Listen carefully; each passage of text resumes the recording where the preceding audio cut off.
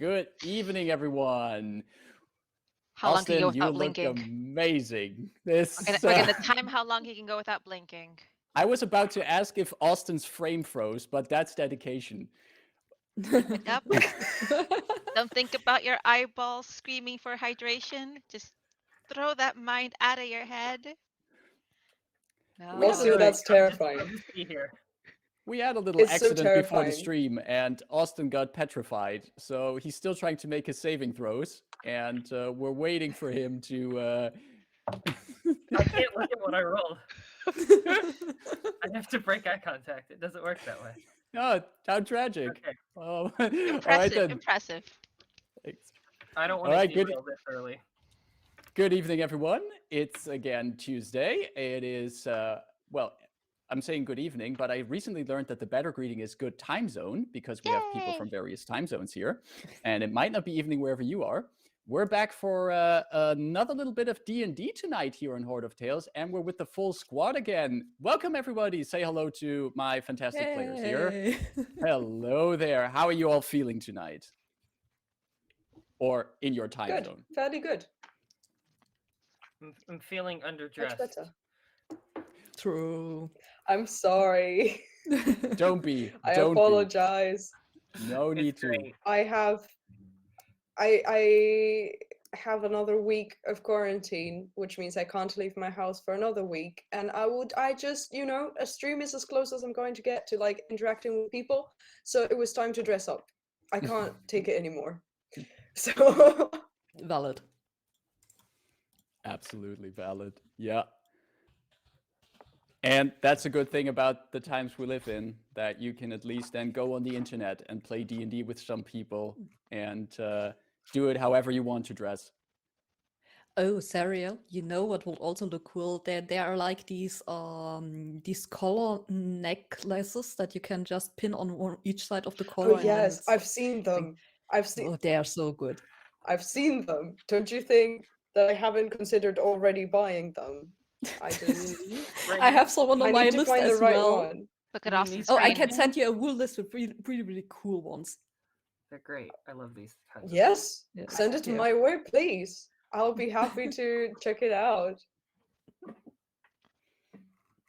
Also, thank you, Benora. That's really kind of you.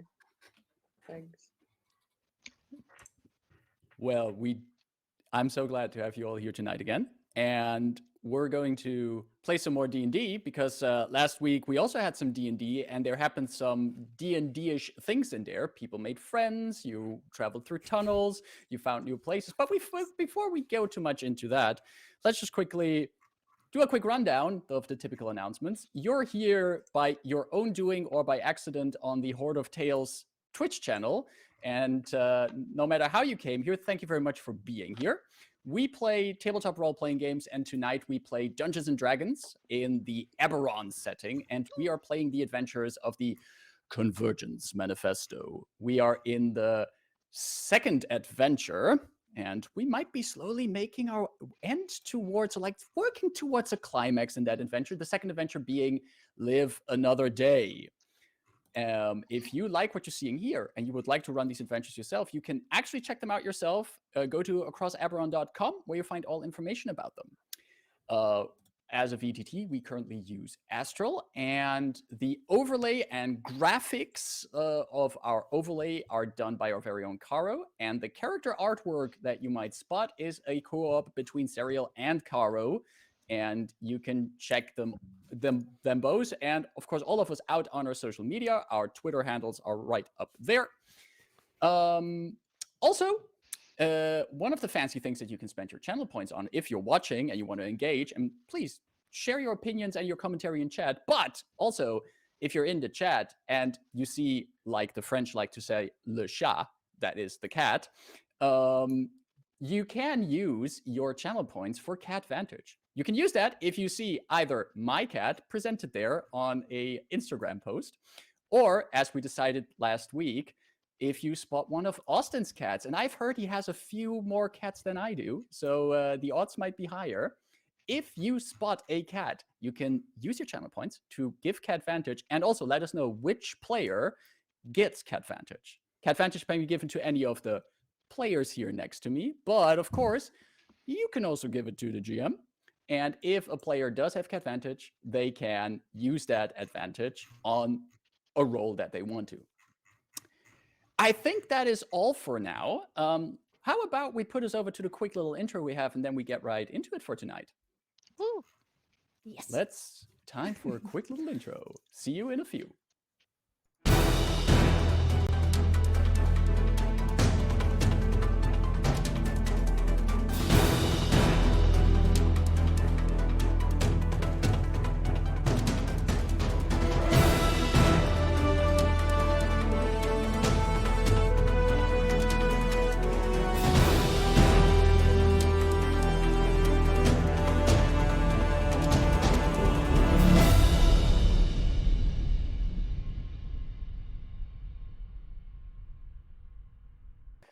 So, when last we left our adventurers, they continued their journey through the tunnels after interrogating a goblin visitor that came to their camp that actually tried to sneak up with them and looked like they were about to try to stab a sleeping Rayn. The party would have none of that. They took care of this goblin, interrogated him, and through this goblin, as they ventured with him together through the tunnels, found out that the goblin was not alone. No, the goblin was part of a kind of scouting team of other citizens, inhabitants of Droaam, the nation that lies to the west of the Grey Wall Mountains. And these scouts were also looking for a hidden valley. What an interesting coincidence. And our adventurers did strike a bit of a bargain with the leader of these scouts, a fearsome, tall gnoll, as they agreed that he would let them pass further towards the valley in exchange if they would, well, at least not interfere with their business that they have with the harpies that live in that valley. Some more conversation was made. The party was actually given a sending stone from the gnoll leader to contact them. And the party went on their way, further going through the tunnels, and eventually also meeting and finding this hidden valley in which the harpies live. And there they got a very friendly greeting, resisting whatever kind of luring song the harpies did sing. The party engaged with the harpy scouts, which awaited in the valley, made clear that they meant no harm, but were still asked to follow them to their leader, a certain Mino. And as the party was brought into this valley, as the sun was slowly setting, and the party was taking a mental note at what time they came into the valley, knowing full well that they had to spend at least a day there to charge the sapphire that was given to them. We ended the session there. And we're going to pick up not much later, as our four adventurers are following the harpy scouts further into the valley. This valley looks fairly large, and especially now in the evening twilight, has this very comfy lighting to it. Most of the rocky surfaces here are covered with very verdant, bright green moss and vines that grow over the rocky surfaces. There's very tall grass that moves in the wind, and large, sturdy trees grow here. The kind of trees that you would not expect at the kind of altitude that you should be at. You would also expect that maybe the air would be a bit thinner here, but it's actually very pleasant and has even a bit of a sweet odor to it. Also, as you wander here in this evening lighting, you do see there's a bit of the very thin strands of mist that hover through the air that have a bit of a bluish sparkle to them. A serene picture, only disrupted by the fact that you're now following a group of armed harpies clad in black feathers, wide, large black wings, and most of them wielding some kind of weapon, a spear, a sword, Some of them have on leather armor, quivers strapped to their back, and they all keep an eye on you as they guide you through a path that leads you through the rocky and overgrown surfaces of the valley. While you're following these harpy hosts of yours, is there anything you would like to do as you follow them?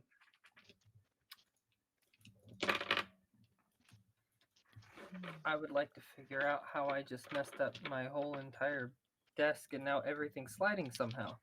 But that's beside the point. Stay.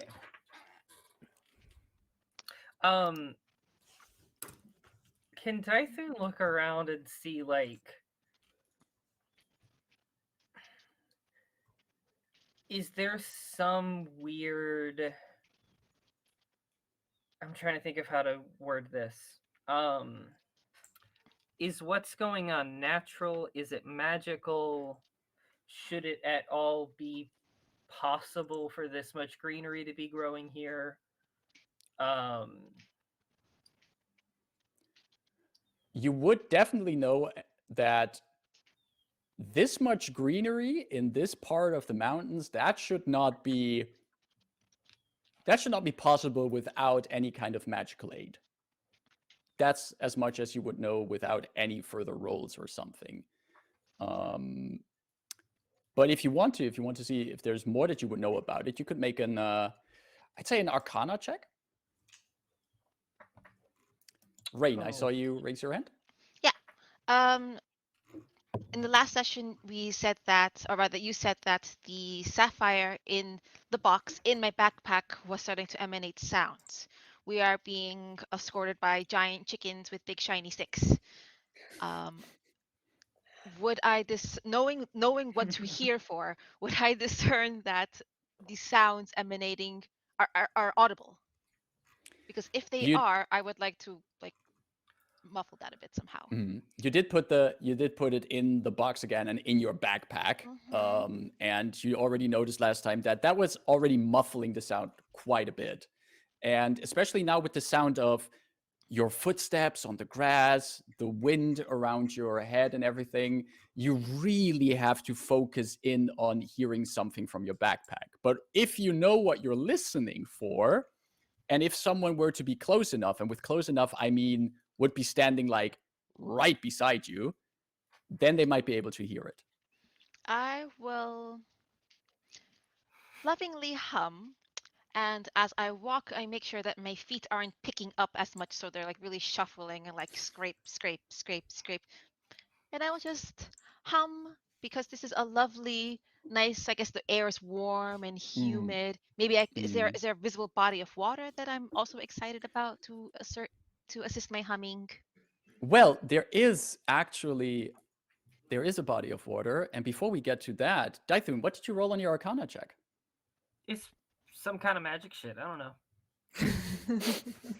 I got a 3 minus 1. So that's a 2. It's a 2. You would notice as Rayn, you do notice that at this point you're walking by, and at some places coming out of the wall, you see there are these gentle little streams of water coming out of the wall, like creating these tiny waterfalls that have carved gentle passages into the rock, but these passages are also overgrown with moss and vines. And you do see that the water siphons down over the wall, and eventually some of it comes into these little puddles, these very little puddles with the most perfect looking water, completely transparent. There's even a bit of a shine to it. And on the edges of some of these little ponds are the smallest crystalline clusters that look very similar to the crystals that you saw in the tunnel in the walls. And Daithun, that's where you realize, yeah, this must be some magic stuff, but you have no clue what kind of magic stuff. Love me a minus 1 intelligence. It's great. Rebus. Yes, I have 2 things. First of all, knowing we have to spend 24 hours in this valley, which I suppose is the valley we've been looking for, since it's very magical and has glittery fog. I will start a countdown in my internal clock just to make sure we spend 24 hours in this valley. Somebody probably should be tracking From that. the moment, Great idea. yeah, from the moment we cross the cave. So, for example, Gotcha. and also I will take the lantern off of my glaive since it's no longer needed. I assume we have still daylight, right? The last remains of daylight. And I will go. Good. I will go towards Dythun, moving slowly and the least threateningly possible, since I heard how some of the harpies regarded me when we entered as a war machine. And I will put away my glaive and just go by Dythun and lean over to him, because he's more or less my height, as he's looking around to this magic stuff. And just ask him, Mr. Dythun, friend, you seem to be a bit more in touch with the politics in the area. From what I've heard so far, this conflict with the harpies does not seem to have an easy resolution without one of the parties not being happy with the outcome. Do you have anything else to share about, well, Droaam and the harpies, and who was here first and who has technically claim to the land, and any details that might aid us in case we are asked on a position? It's not a situation I feel comfortable in, I must admit. It's going to be a troublesome discussion if we have to get into it. So, as far as Dythun knows, DM, Droaam came across the valley and the harpies were already here at that point.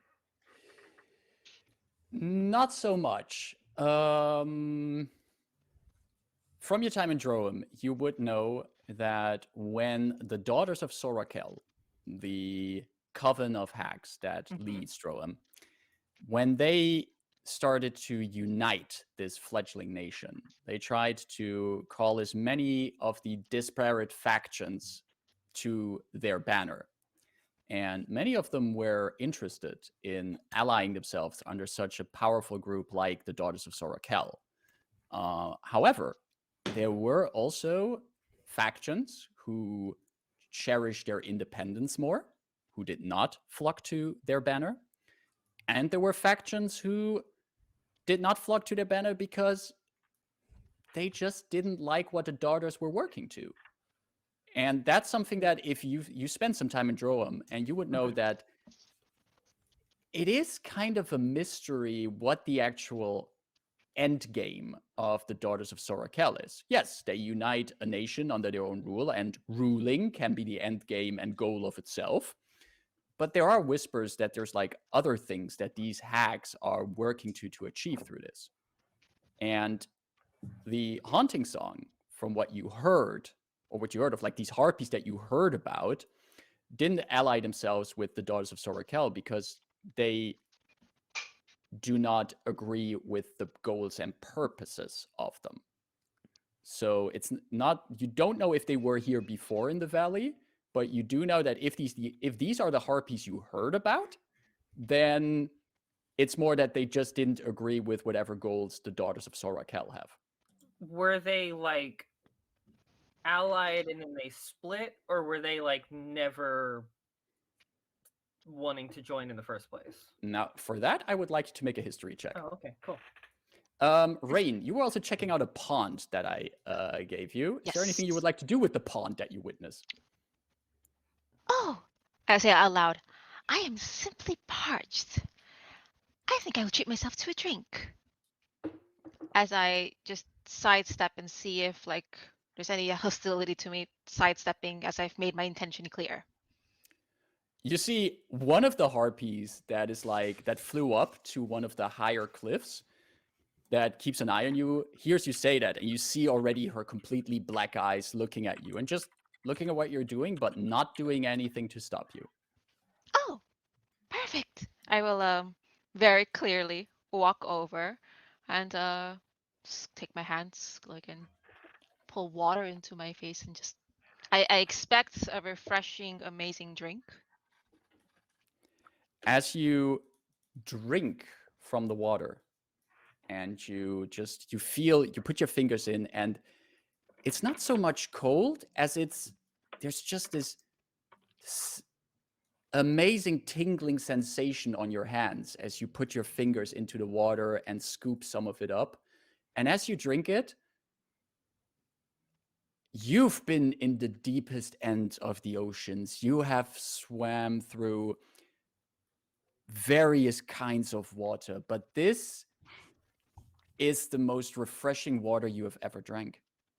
And as it goes down your throat and you take it in, you gain 10 temporary hit points. Nice. I was waiting for either you gain hit points or make a wisdom saving throw. Also, I have a question. I seem to remember you mentioned last session that any cuts or bruises we might have got healed when we entered the valley. Yes. So that means we're full hit point.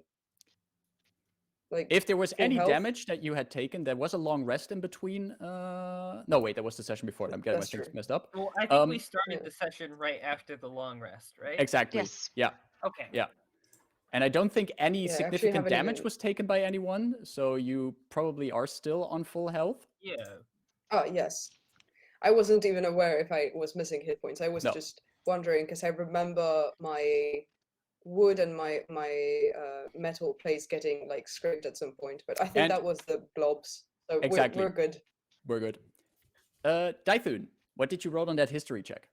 17. 17. So what you would know from that, and kind of the hearsay and rumors you would hear in the various mercenary bands and other places that you might have caroused in your time in Droaam, is that generally speaking, the harpies, if they are the haunting song that you hear, they just simply never agreed with whatever kind of goals and ambitions the Daughters of Sorakel have. And it's not really clear why they didn't agree. But the general idea, the word on the street, to put it like that, is that the haunting song just considered their own independence more important than being part of some great nation-building project.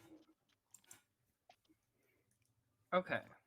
And as I understand, since the nation of Droaam was basically being made by uniting different tribes and cultures that already were in the region, technically the harpies are on the right to just stay where they are and be a separate culture. It's just problematic for Droaam because this position seems to be strategically advantageous. Yes? Yes. That's more or less what I've gathered. Right. The issue Think here that should be is useful. I do kind of agree with Droaam that it would be better for them. This is obviously whispered. Like, I do kind of agree there needs to be some sort of solution where both parties get something they want. He's like trying to choose his words carefully in case like somebody's like super listening in. But it's basically like, yes, more or less we need there's many discussions that need to be had. Well, with a bit of luck, we won't have to get into any political matters anymore. But since our return through the tunnels, if that is still the way out that we're taking, might depend on us ingratiating ourselves with fellow Droaam scouts. I could see this being a possibility, so I will work on the problem, see what solutions I can find. At the very least, information is very valuable to scouts. And he'll leave it at that. Fair. Delphine. Okay, since everyone is already engaged in the conversation, Rayn entertained by water, I I wanna look around if there is a novel way that could possibly be a way out of this thingy in case there is something coming up, like the troops of Droaam storming in there, and like, yeah. Mhm. Can you give me your choice, either a perception or investigation check? Yeah, both is shit. So let's see. Yeah, this is something. This landed on a stack of over dice. This is 15 for perception. Perception. All right. So while you hear a little bit behind you, you hear some mumbling and whispering between Rebus and Dythun. Rayn is enjoying the fresh water here, and you look around and you do notice that what you would notice is that the harpies that escort you really keep a good eye on you and your party. You're pretty sure that you couldn't try anything at this point without them noticing or responding to it. And there's even one of the harpies just keeps an eye on Rayn, just really focus on whatever she is doing with that puddle of water next. They're smart. And if you look around further right now, at this point, you are basically in this kind of cauldron of mountains and green and trees. And if there is a way out at this point, it must be somewhere behind those trees. Maybe there are tunnels on other parts of this valley, but it's really hard to tell at this point. There's a lot of ifs here, and you would need more information or more time spent here in this valley to properly scout it. Okay. Is that pond of water deep enough for me to submerge my head in? Like if Your I were head? to go on my hands and knees and go, "Plook," You could submerge like your face if you like, just really go your face in. I That's will possible. lean down and put my hands at the side of the ground and put my face in. And shape water has a somatic component, but my face and my mouth is underwater. I would like to freeze a small cube of this water and tuck it in my mouth. So face full submerged, control water, and like have like an ice cube size in my mouth and just go, Why though? Okay, so you're basically going underwater, like it. and while you're fully submerged in water, you do the somatic component of it. My hands are to my sides. You have water breathing, right? You can Yes, breathe I do. underwater, right? Give me a stealth check with advantage. What is See, going on? these are the kind of scenarios they don't prepare you for at DM school. The highest is Yeah, 7. anything Total Rayn 17. does. How much? 17. 17. Okay. So you put your hands down next to the pond, for this little pond, put your face in, you mumble your incantation for shape water, and you notice that there's indeed some of the water is freezing in your mouth, and you have this little cube of ice in your mouth. I just keep my mouth closed, stand up, and walk back to the group. As you stand up, as you get your face out of the water, you like notice that the harpy that was watching you has landed next to you as a just as you get your head out. She just looks at you.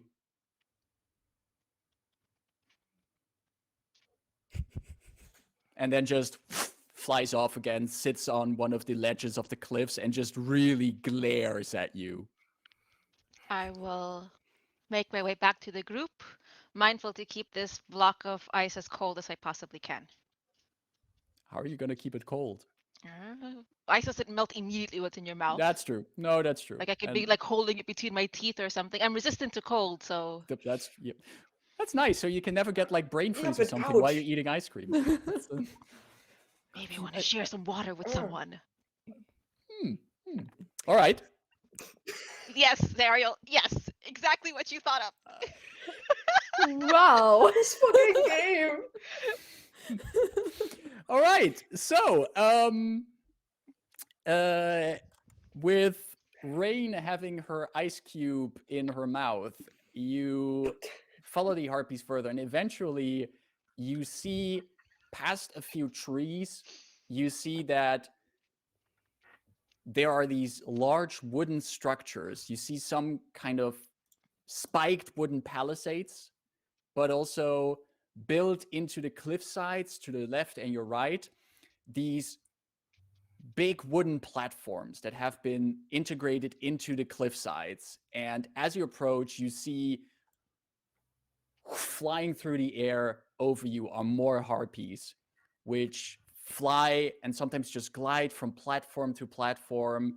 You see as you pass between two wooden walls with wooden spiked palisades all around them, you must have come into the main camp of the harpies here. And on the ground, but also along the cliff sides, are these wooden dwellings that they've built. Most of them are more like circular wooden buildings, which are made of what wood these trees here provide, with rooftops made out of leaves that are stacked and bound together in very intricate and sturdy looking ways. You see that there's somewhere on this area that you walk, there's this little pig pen. There are these nice little shaggy furred pigs that are kept in a pen there, and you see that sitting on the fence is one of these harpies that's keeping an eye on the pigs.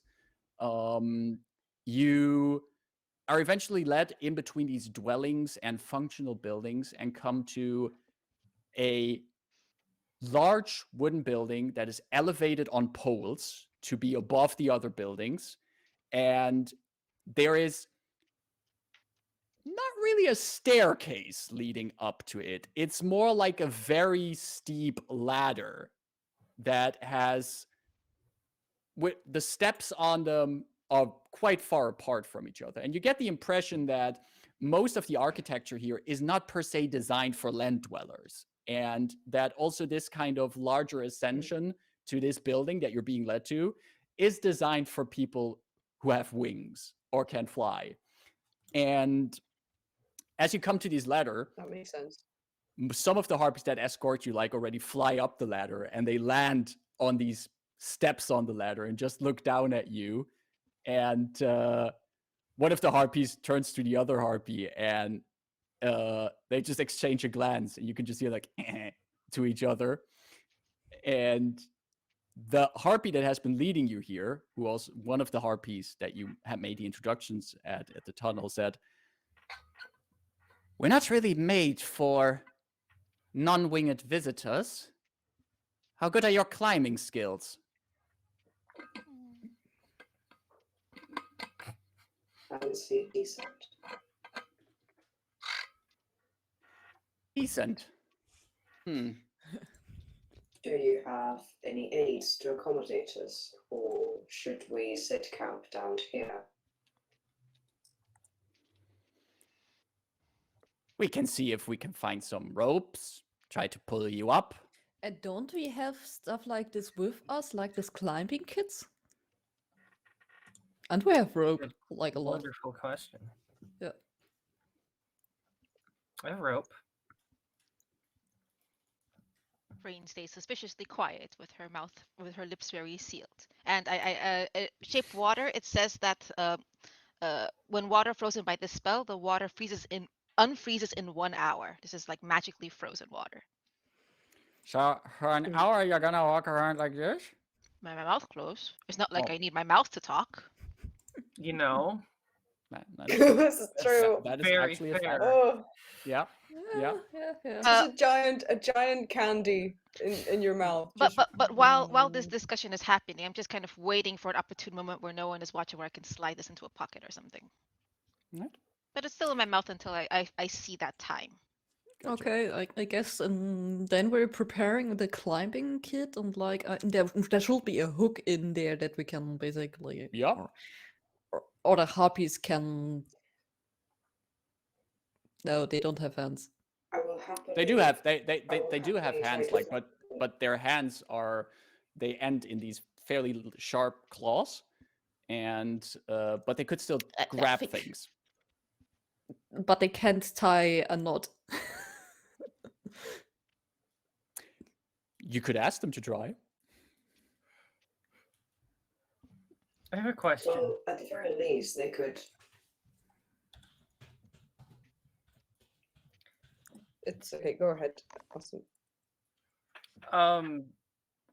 Without climbing gear, how difficult does it look to get up to where they are? Daithun, are you proficient in athletics or acrobatics? I've got athletics. To you, doable, even without any ropes. So,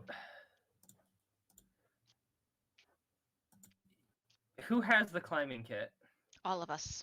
All of us have a climbing kit. Well, the ones that departed from Sharn. Yep. So you're not. So not me. Cool. So if I see like Delphine or somebody like tying hooks to something and like getting basically like the top end of the rope ready, Daithun's just gonna grab that, like kind of hook it on his belt and just try to scale the wall and just see In order to if get he like can the get up rope, there. get it up there so the rest Yeah, can so climb that on he the rope. can anchor it down, kind of thing. All right. Cool. Just to see, like, it's not so much that you can't climb it. I just want to see how well you do it. Could you give me an athletics check, please? 12. 12. So, as you have the rope with you, you start climbing further up, and you do notice at a few places you kind of underestimated how far the steps are apart, so you have to reach a bit further than you expected. But within less than a minute, you get up to the top of it, and you have the rope and everything in your hand, and you stand on top of it, and you actually see the two harpies that first like exchanged glances and were laughing a bit. They look at you, see how quickly you climbed that, and one of them just smiles at you, just gives you like a nod, like I just give like a nod back and then start finding something to anchor the rope to.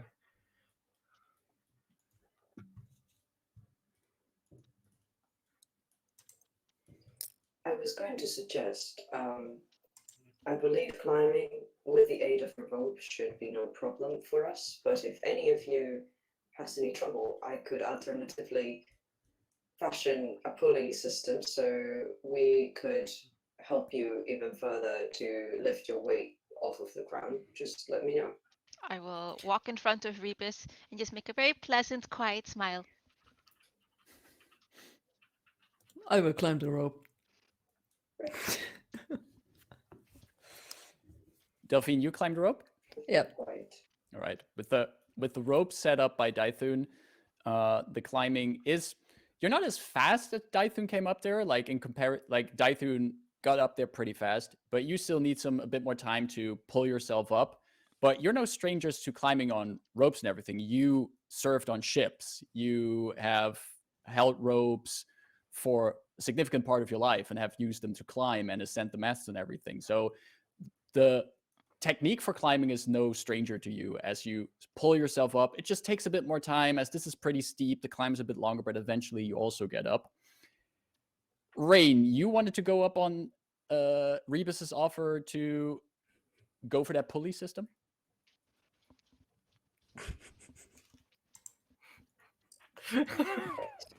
So, Wonderful. using the rope that is already hanging from there, I will fashion a little loop. I don't know if we have any hooks. If we do, I will use that as a point where I can run the rope through. If not, I will make one out of rope, which will not slide as well, but will do the job. You do have hooks. As part of a climbing gear, you do have hooks with you. Right. So I will actually climb up there. Put the hook that I have hanging from the wherever the rope is tied, and get another rope through. Essentially, make a pulley. Fashion a small like swing kind of seat on one of the ends, and throw that back to Rayn. So During this whole process, can Dythun's hang on. just gonna look over to Rebus and just like watch what they're making. What the hell are you doing? Oh, this should make it much easier to pull up any weight, and it will prevent Rayn from getting hurt. So, by Can the Rayn way, not climb a rope? DM, how well did I climb? Well, I guess with the rope it shouldn't be much trouble. But Are you're gonna climb up on the rope and everything, right? I'll climb, however, like, whatever I find easiest. I am Gotcha. proficient in athletics, so Gotcha. No, it's also not for you. Like, also for your sturdy frame, the climbing goes pretty well. You're a bit faster than Delphine up the ladder, and you get up there easily. So eventually, you're also up there next to Delphine and Dythun, who Dythun is probably giving you a bit of a surprised look on your ropey handiwork, but you are up there. Oh yeah, Yeah. this is Dythun's first time seeing we Rebus' have- shibari work. we have established that I can do very pretty shibari work. Like, I think this has been canon already. I That don't is- remember when. I think it was when we were climbing the mountain that I made like a harness for all of us. Exactly.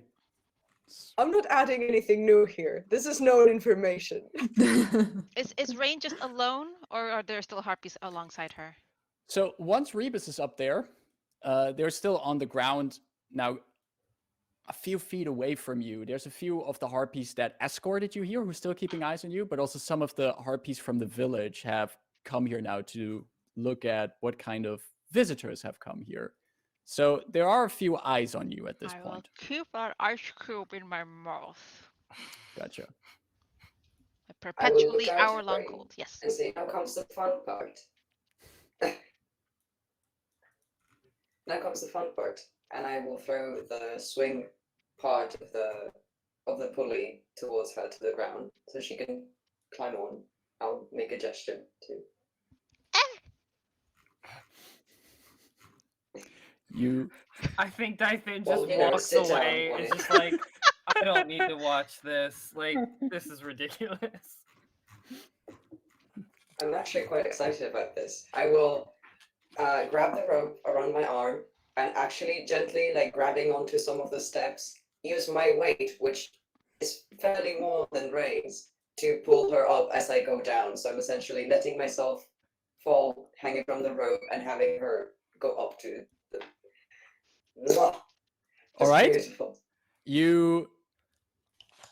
Even though Dythun walked away to not watch what's happening, some of the people that are watching here, some of the harpies here, are very fascinated by this display of demonstrated physics. I give my And best pageant wave. as you actually see the Warforged of your party descend while Rayn just ascends up the stairs, up the ladder, and eventually also is within a hand's reach of getting up on the platform of this large dwelling. Rebus will hear in their head, "Thank you kindly." Of course. Treat a princess like a princess, I guess. And And- as I climb up and like steady myself down, if I'm like all curled in and trying to stand up, could I still or just like literally just drop the ice cube in my shirt and just keep it like, there's a pocket down there. Make a sleight of hand check. I'm dropping a pocket down there. Like, don't we all do this all the time? You're not good at this. In the meantime, I will climb up again and unhook the No! rope. Okay, that's a 10. A 10. Oh no. I just You, as you go up in your movement of coming up, you try to inconspicuously like just drop it somewhere like in your clothing, Waka. and you do feel the ice cube like touch your skin, slink away somewhere in your clothing, and as you look around, you don't think. Well, of course, people saw you climb up, but you don't think anyone saw you do that. I adjust some things, and I walk to get to my group. And that's now with Rebus eventually Yeah. also coming up. Now all of you up here on the platform, you notice that elevated on these tall stands here is this large, very open, building with, as you already are here on the platform, you directly, the building does not have no front wall. You immediately look into what's in this large building, and it looks like this very comfortable looking throne room. There are, to the left and right, you see multiple cushions and kind of drapes that hang from the ceiling, woven from beautiful silks. Some of the drapes made from what looks like wool, all of them colored in the most splendid varieties of different colors. It's a rainbow of color here. And at the end of the room, again on an elevated plateau, is what looks like, and this might not give it the dignity it deserves, it looks like a large hammock that is spanned from one wall to the other, but it is made out of this beautiful silk and filled with cushions. And seated in this large hammock, you see a very tall harpy. Like the harpies you've seen here so far, I'd say they're still compared to like your average humanoid, they're about, I'm gonna use European measurements for this, about 1.90 meters tall. So close to 6 feet. Close to 6 feet. But this harpy here is probably getting to like 7 feet in size. It's basketball height, basketball player height, NBA height. She is tall. She has these toned shoulders and a very sharp features in her face. The eyes, like all the harpies here, is completely pitch black. And she has her claws on her hands are now currently holding what looks like a piece of fruit, where she has her claws like into the fruit, so the juice is coming a bit out of it. And she's just looking at all of you there on the edges of her home, throne room, whatever this is, as she's just seated there in a very casual way, her wings dangling behind her, rested into this hammock of pillows and luxury. And she's just smirking at all of you as you're standing there. Just looking, not saying anything.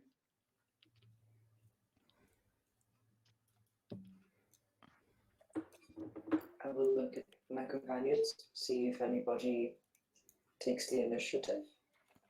Not saying anything, particularly Typhoon. Oh, that looks Otherwise, lovingly I'll sit that looks forward. lovingly comfortable. It is very comfortable, she says. And as she does it, she stretches a bit out, bit more out.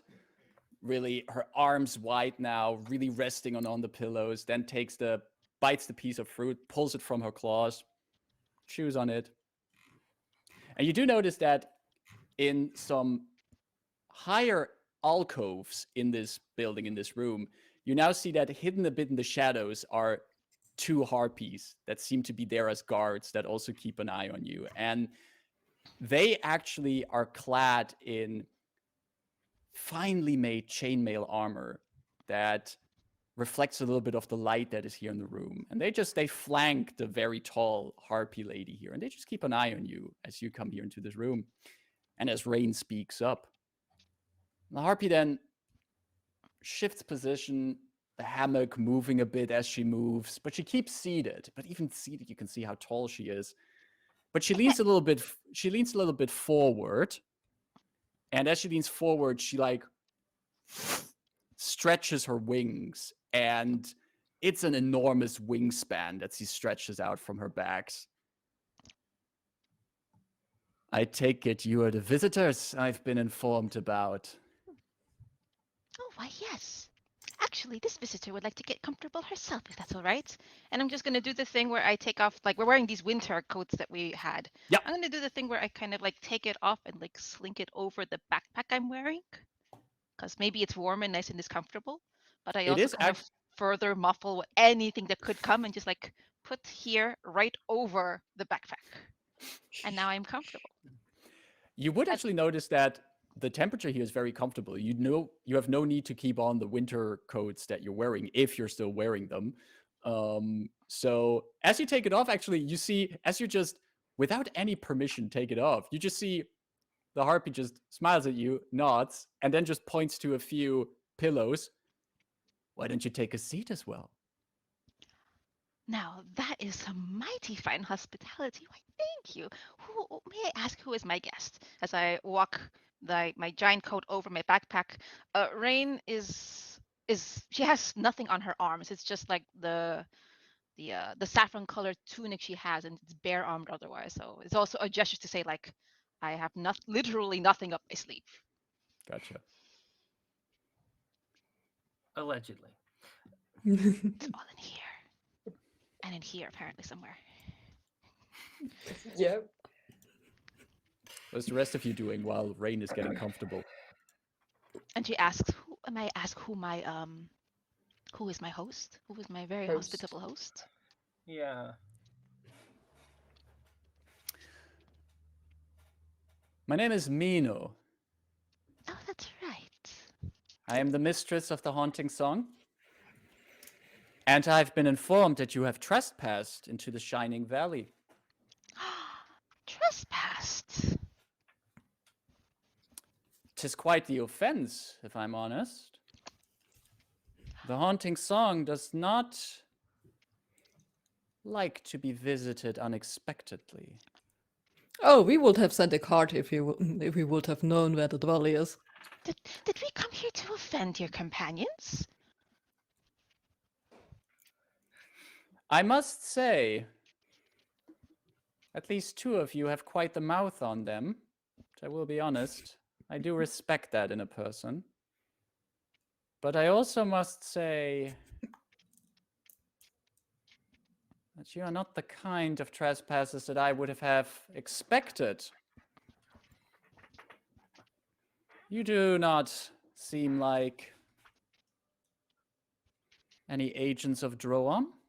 Well, and she glances over at Dythun. And then quickly also glances at Rayn. Maybe some of you. I've never been to Droaam. And she leans again back in her hammock. Pray tell then, what business do you have here in my valley? Well, as you can see from this assorted, very unfashionable outerwear, we're on the mountain. This awful storm. And we sought shelter in some caves. And traveled, and it was dear, and there was this ooze. And lo and behold, we find ourselves in this lovely oasis, simply seeking respite. And once we have perhaps regained our strength, we simply mean to travel back and find our way home. Dythun? Dythun, while we're in here, I know you said there were the two guards kind of up in the rafters. Yeah. How many other harpies are kind of...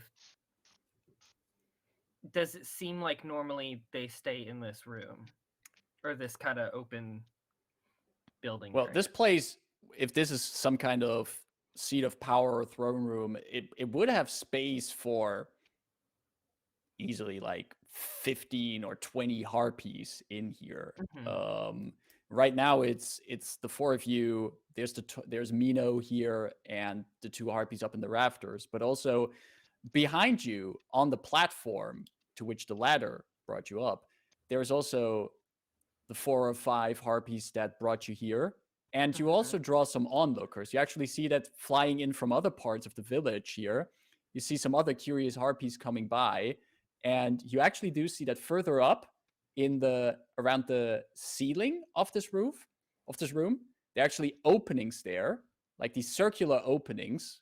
And you see that some of the harpies that arrive, they land up there and to peek in from like up in the rafters, just peeking in what's happening here as these visitors approach. So it's not like a room like lined with guards constantly. No, what we there's can tell. while you do also, if you like, you don't see any guards, but you see like up on the walls, there are these collections of weapons on the walls, like put there as ornaments. You see there's like these beautiful crafted bows, swords, spears, and everything.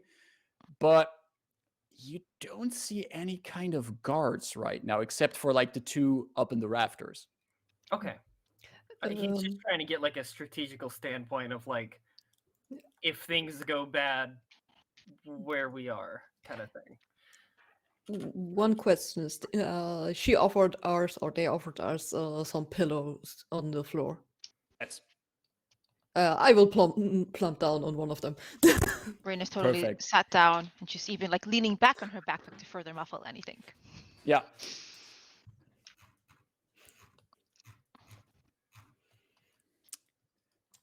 So just mountain traveling. Yes, Reed. Yes. Just wanted to say I will take off my coat and the backpack and the glaive and just leave them to a side. Just go back to more or less the center of the room. Still waiting for like further interrogations before. I don't really need to like get comfortable, so I'll just yes. Gotcha. Traveling through the mountains, you say? Yeah, this was awful.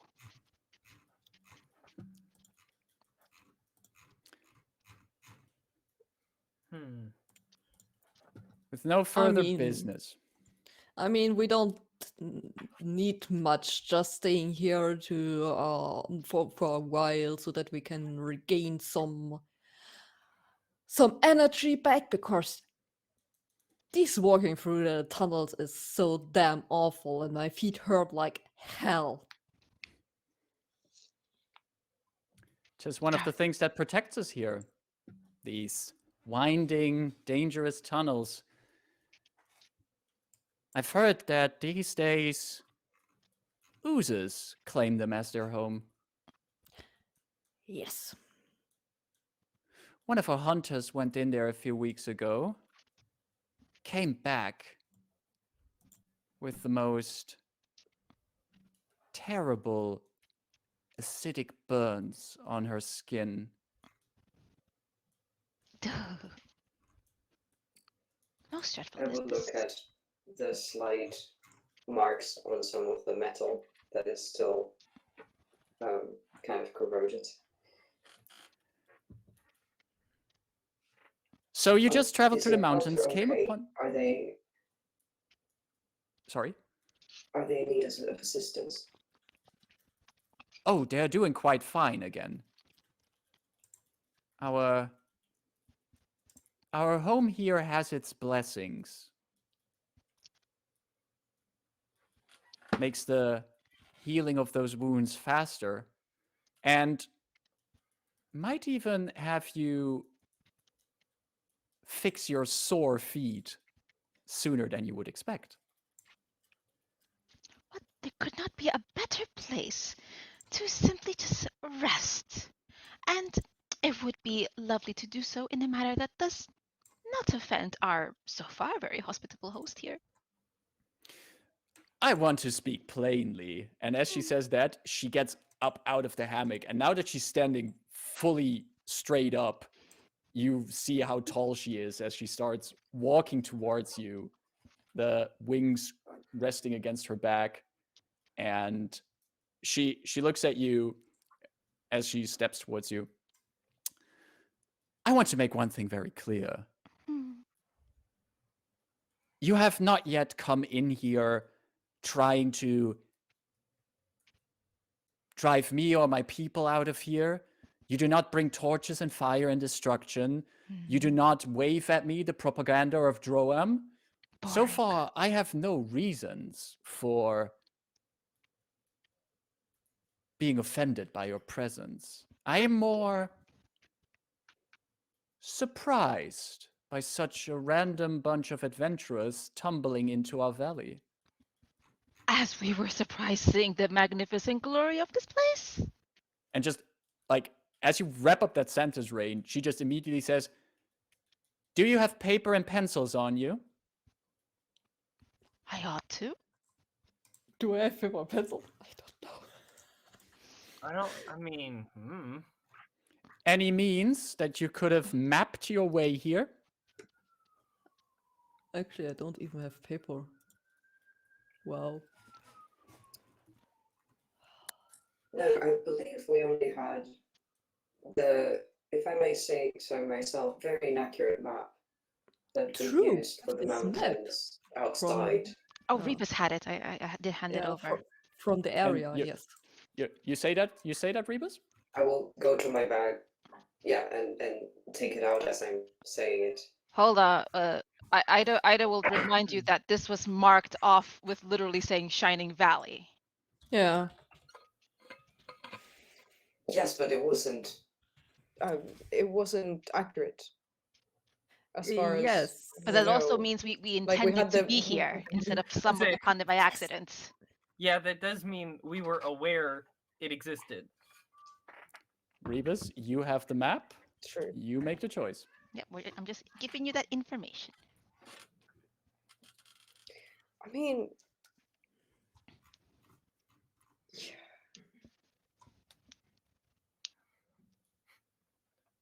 I do feel like I it's a don't very really Rebus like to thing to lie. do.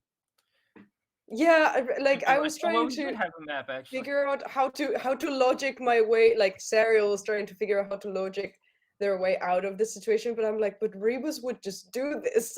Like No, that is they very don't like to lie or to be, like if they believe what they're doing is not of ill intent, they will just try to get the Mhm. yeah. Rebus will hear I in will their take the mind. map out Would you and show hand it.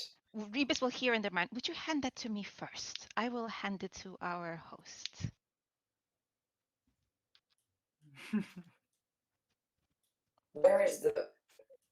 Where's the harpy lady? Like, is she in front of me? Because then it won't make sense for me to go to Rayn and then to She stands on one end, and all of you are kind of where they're seated or standing in kind of a half circle in front of her. I believe our so metallic Rayn is companion closer had to it. Rebus than Let Yeah, me fetch Rayn, that for you. Rayn would be closer to you than Harpy Lady. okay. Then I don't want to deceive them, but since Rayn answered, I will give the map to Rayn then. Okay, since Ray. she asked for it. Okay, Um, you hand the map over. Rayn, can you give me a choice? Give me a choice of athletics or acrobatics, please. Well, at the moment I touch the map, what I want to say is thank you, Rebus, and use my illuminator tattoo that as soon as I touch this map, the writing on it becomes invisible to anyone other than the named creature for the next 24 hours. Wow. Oh. Smart. I just have to touch it. Okay, there's a few now things you're happening gonna in make Rebus look like a Okay. fool. there's a few things happening If parallel to each. if they show an empty map, It's that bad of a map. If there's a few things happening parallel to each other here. Mhm. Rayn, can you roll me an initiative, please? Okay. uh, I just saw I have a map as 10. well. That's 10 for initiative. Yes, I have a +0 to initiative. I just want to touch the paper. I just need like the tiniest little finger on it. She can, Quickly. the harpy can snatch it out of my hand. I just need to say that. Just- Check something. 10 initiative. Where's that cat? True, Kitty. Kitty. She rolled a 21 total. Uh, And you, Rebus, you pull out the map, and there's like this moment of hesitation before you hand it over to Rayn. And in that moment, there's this lightning fast move from your host, dashing forward, pulling up the map. okay, so the effect And is she, not, like, is Not expend the spell. You do expended. not expend the use. It's not used, so that's at least something. And unfurls We are the map. fucked.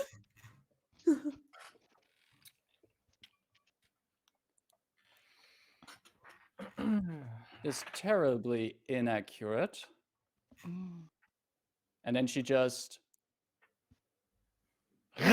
goes with her claws through the map, completely shreds it, as there's just pieces of it falling to the floor. Daithun. You said it's like a 3-walled building, correct? Yes. Looking out the one wall of the building, is it at all reasonable to think a very skilled group of climbers and scouts and warriors could climb over one ridge of the valley? In theory. Emphasis on really skilled climbers. Because first of all, you would have to know the location of it here, that the valley is here. And then scaling over it, knowing how harsh the weather conditions were outside of the valley, that's an added factor. You need the right gear. You certainly need experienced climbers. That's not, you need, yeah, you're thinking about like really a crack team of experts that would have to do that. You don't, there's no way that you could just have your rank and file soldiers do that. Or you would need like aerial transportation. That was gonna be that's gonna be my next question. Is there any kind of aerial transportation in Droaam? I know places like Sharn has it, but from Droaam, is that a thing that exists there? Any kind of, like, you do know there's many kind of inhabitants of Droaam who have natural means of flying. Like there are, for example, the harpies themselves that can fly. And also the people of Droaam have access to magic. There are spellcasters who can make you fly, and other magical items that are being created in Droaam. There is not that kind of, as far as you know, they don't have airships like some other nations might have, or like some of the houses, like how they don't have airships like House Lyrander has airships. But they would have some kind of means to access the place by air on a smaller scale. Okay. I'm just curious. So while that happened, the shredded map falling on the ground, and there's actually like all the harpies that were looking on, there's like this collective gasp from them. And you just see Mino look at the remains of the map. Yeah. Yes, Rebus?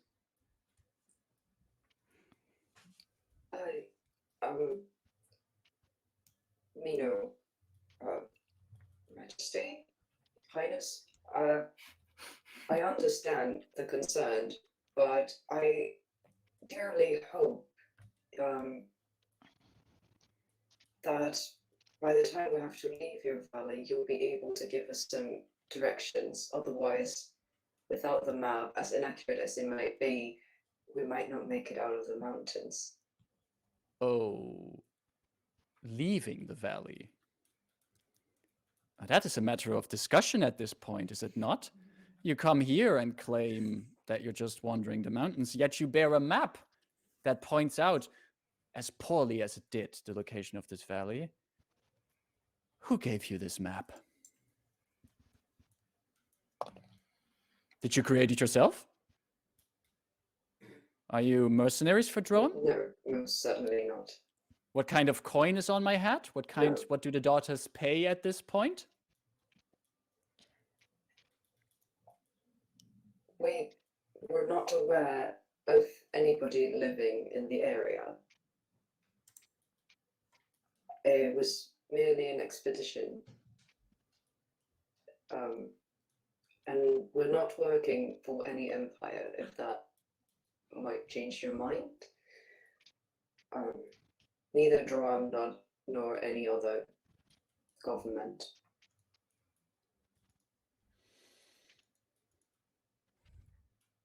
She just looks around. We are part of a damn I truly- adventurers guild. We're getting paid for basically doing minor stuff. And who pays you to come into this valley that is hidden from many?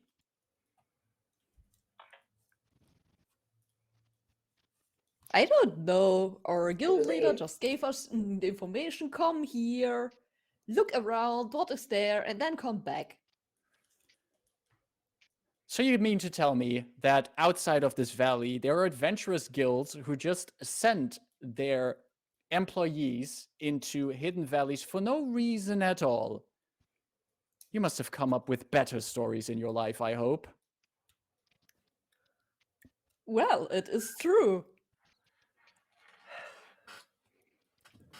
Can Dyson make eye contact with Rayn and kind of get Rayn's attention?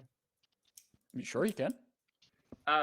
Dyson's just gonna kind of like scratch his forehead, making eye contact with Rayn, seeing if maybe she picks up on the signal of like, I need to talk to you kind of thing. Oh yes, itches behind the eyes, incredibly annoying. Dyson will hear in their mind. Perfect. So much for information is power and currency. Dyson responds, do you still have that sending stone? Yes, it is well concealed on my person. Do you trust me?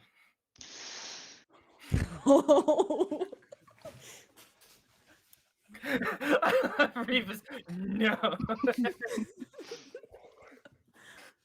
Revis, you're not in this mind conversation. Get up here.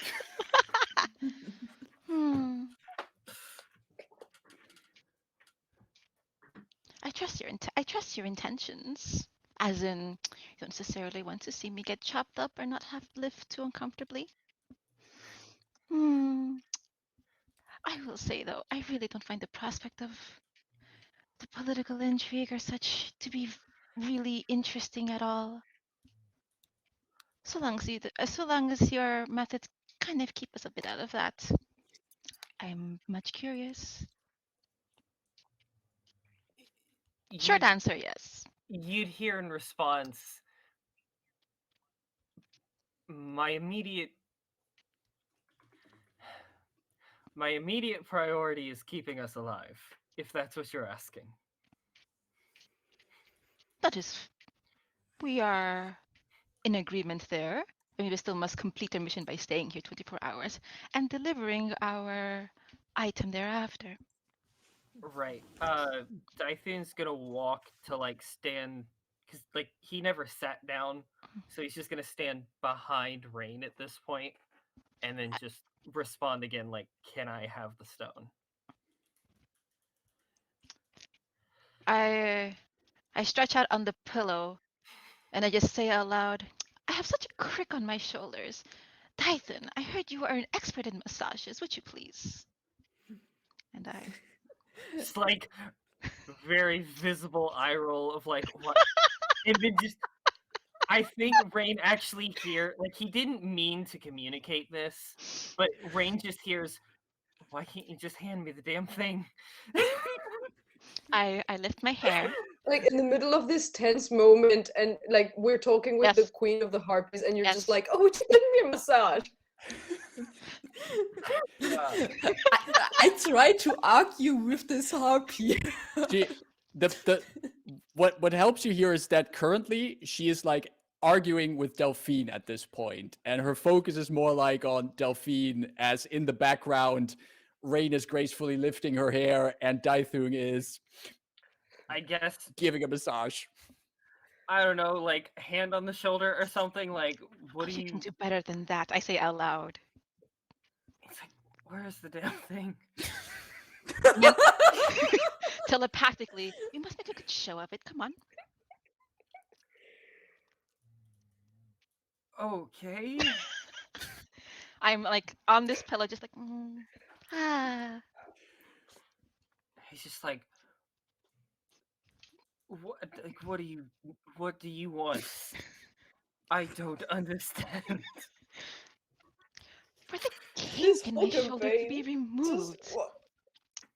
But if you would lift the back of my shirt, you will find a hidden pocket in there. Ah, yes.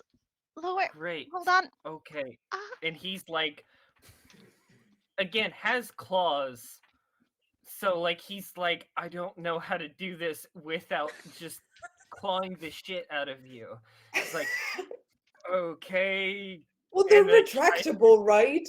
I Like, don't. just do biscuits. But Yeah, darling, we just established be I a trust cat. you. Yeah, but it's just like, and he's like, social like discreet espionage is not his thing, and he's just like, yeah, and grabs it. All right. like, pat on the shoulder. Dythun, can you give me a sleight of hand with advantage, please?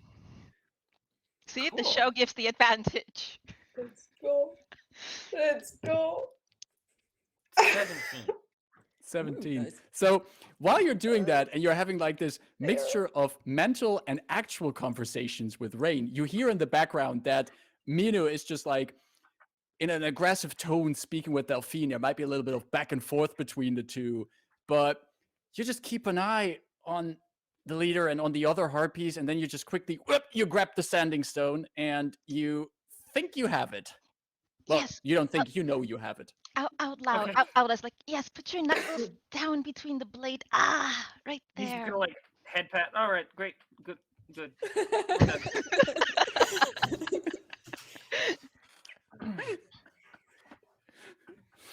And Later if you'd like.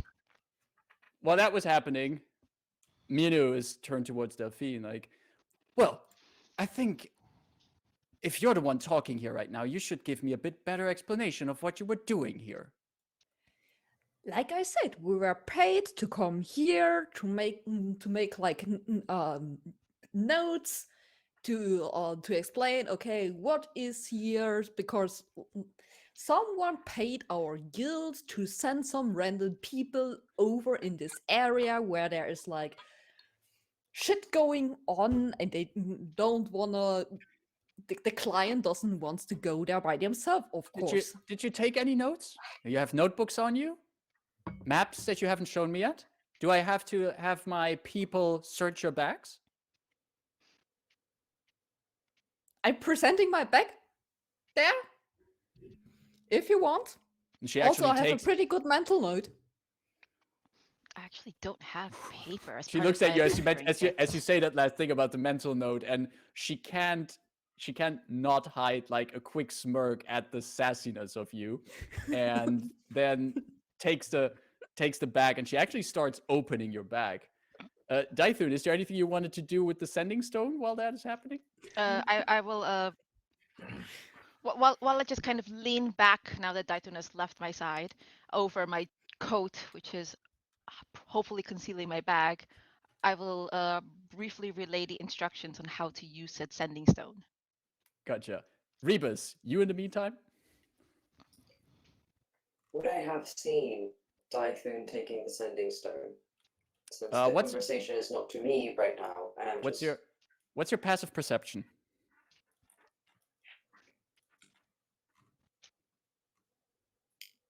12. 12. You saw I mean, Rayn you being would've- weird.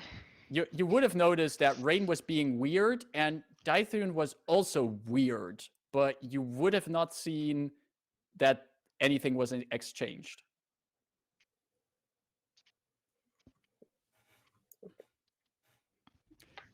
So Rayn gives you some instructions on the sending stone, Dythun. What would you like to do? Dythun's gonna interrupt the Mino while she's looking through the bag or whatever. It's Mino or Mino? Mino. It's spelled Yeah. Mieno, but it's Mino. It's weird. I have the I saw how it was spelled, but I couldn't remember how it was said. Mino. Okay. Yes, Mino. So he'll kind of address Mino for the first time. Mistress Mino, you said you were surprised by the type of visitors you had. Have you had others recently? I would not call those visitors. We've Maybe heard some about goblins or maybe some gnolls, visitors of that kind. what are you getting onto, Leonin? As you can see, we had a very inaccurate map. We met some others in the caves who had a bit more of an accurate map, a better idea of where you might be.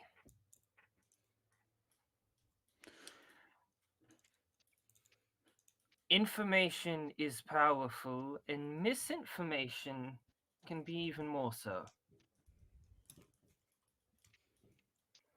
They asked us to share anything we might find in here with them. She drops the bag, just drops it unceremoniously in front of Delphine. And then she moves over to Dythun and she just makes herself as tall as possible in front of you. I mean, Looks- already a little bit taller than Dythun. Dythun's Yeah. just under 7 foot. Yeah, and So- she has to look a little bit down, and she just says, She does the intimidation bird thing, like all the feathers kind of puffed up. Just she actually Nice. extends her wings a bit to make herself more imposing, and she just looks at you Peacock. and leans in and says, "Continue." Well, we need to go back through the caves if we were to leave. If you were to leave. You have enemies in those caves somewhere. We know where they are, and we could tell them there's only 4 harpies in this whole camp. We could tell them everywhere there wouldn't be anything.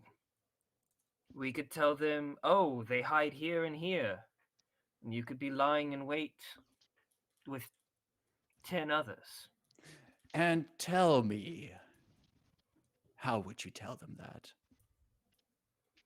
Well, How do you know where these are? they told us where they would be, and that we'd have to cross back by them when we left the caves. They planned on bringing reinforcements. They know where you are. They just don't know what's inside. We told them we were looking at what's inside already, and we'd share our information.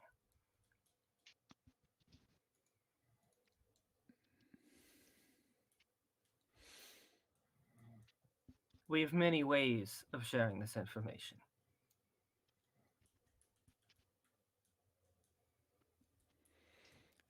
Story that you all put together here becomes more faceted with every one of you speaking up. First, you're just travelers, then you're gathering information, then you know enemies that might want to hurt us. Does the Warforged want to add something to the tale?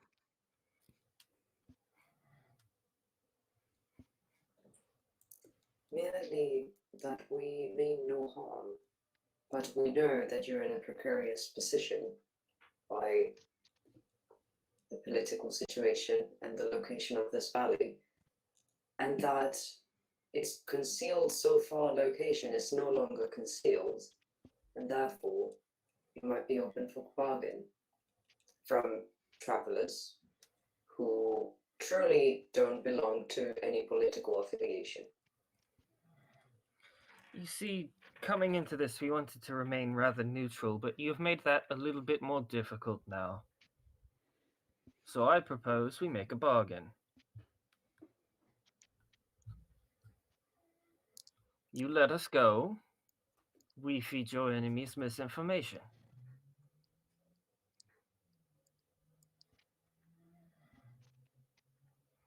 I want to know what you truly want here, what you came here for. What is your goal here? I will look at Rayn. Just turn towards her, expecting. If I see Rebus's head turn, I will make a mental connection with them. We don't have many cards left. I say mentally to them. I know that. I am, however, not a fan of deception when it's not absolutely necessary. And I believe they need our help, so we might be able to explain our purpose and find out if it's something indeed dangerous to do and we shouldn't carry out our mission at all. That is not for us We to don't truly decide. care. We don't truly care if the Sapphire is charged or not. At this point, we care about getting out of here alive. I think if we return without the Sapphire, our chances of remaining alive are all the much further diminished as well.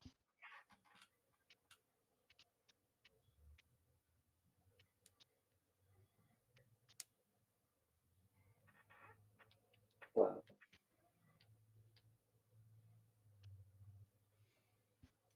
I feel like that's a problem for our future selves, and not a problem for our present selves. But I might be wrong. As you know, my logic and my morals have only had less than a year to come to fruition. What was the name? I just do not feel comfortable with unnecessary obtuseness.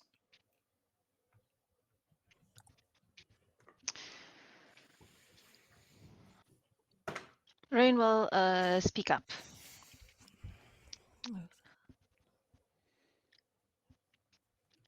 My people make a great hoopla about Eberron. Yes?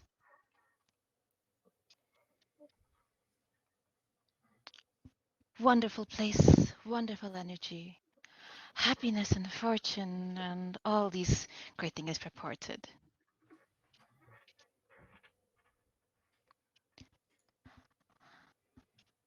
I'm a rather selfish creature, and that I have behested that, well, I would like to experience that magic here. And then take that experience with me. Is that so wrong? So you know of the source that makes this place so special. I don't know of the source, but I felt it as soon as I walked in. I'm a bit more arcanely intuned. I simply followed my nose, if you can believe that. What a strange sentence to say out loud. You witnessed how lush this valley is as you came here. You saw the plants that blossom against whatever logic this biome would dictate. The water clean, and wounds that you bring in here, you leave them behind here. They heal here. This valley is a blessing on my people. And my people, unfortunately, have enemies. Enemies who would love to claim this. You surely then understand my hesitance to not blindly believe the words you say. I have no means of taking your value away from you. None of us do in this capacity here. She chuckles at that. realizing how accurate that is. Also, we are just 4 people. We have basically no means of taking you this away from you. I mean, you're also way taller than us. You could rip us in pieces and with. Hey, speak for yourself. I could I take could you, take her Leonin. on. It's like this brief crossing of words here, like, and she then says, "You fill my head with thoughts. I'm confused, agitated, but I'm also intrigued." Dythun's thinking, this is what it's like traveling with these people, yes. Perfect. We tend to have that effect on whoever we meet. True. You are going to be my guests, whether you want it or not. You will be seen to guest dwellings. You shall rest there. When I know what to do with you, I shall come for you. Oh, In the meantime, you shall stick to the dwellings that will be assigned to you. And do not do anything that might complicate the situation. I think it is far wiser for us, me at least, to enjoy your hospitality. To enjoy it with a positive mind and, frankly, open myself to the wondrous things you have here, so that I may recall on them fondly when I make it back to my home in the sea.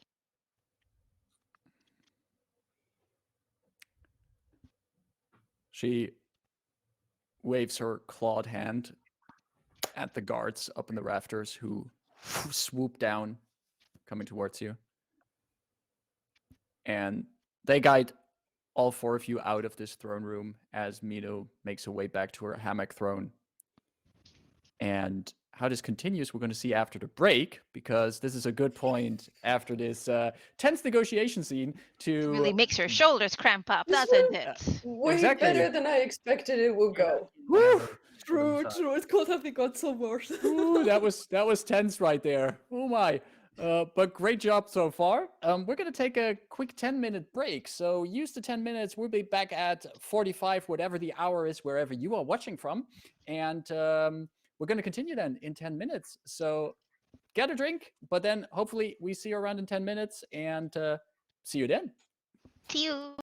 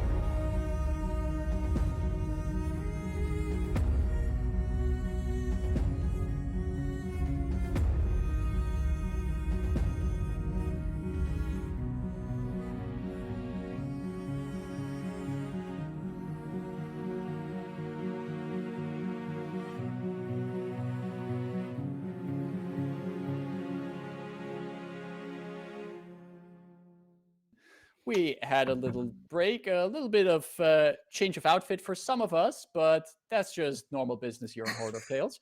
And we're gonna go right back just after a few quick reminders that if you're watching here and you're enjoying what you're seeing, first of all, thank you very much for watching and tuning in. We really like you. We really enjoy having you watch here. If you want to keep track. If you want to keep track of what we're doing, you can follow us on our socials or join us on our Discords, which you can find the links of below. You also find VODs of these sessions, of course, here on Twitch after the session, but we also upload them to our YouTube channel, which is called Horde of Tales on YouTube. where you find those videos with especially snarky timestamps on them as well. Empowered by us by our Ida here, who makes Yay. sure they get placed there. And if you like want to support us super duper extra, we need 4 more subscribers to our YouTube channel, and then we can finally have a custom URL. So if you want to be Exactly. our privileged first 100, do it now. Like get all those hipster goals. I don't know, I'm talking as an old millennial here. Please help us out and subscribe to our channels. We hope to get like more content on there as well, not just like our recaps, but like maybe some funny shorts, some funny cuts here and there. And you also do us a Are you solid. saying they should? Are you saying they should like us before we were cool? Because I think we're pretty cool already. Like, I'm saying Yes. you should be speak for part of the yourself. early liking us group, because there will be other people who will like us in the future, but they could say they were first. So to clarify my words there as well. And you also do us a solid by engaging on our socials as well. If you had funny moments, by all means, make those clips on Twitch and share them with us. Indeed, absolutely. Thank you very much for those additions, Ida. And yep, that's it for now. Once again, thank you very much for joining us here. And we're going to go into the second half of this session shortly after the tense negotiations with our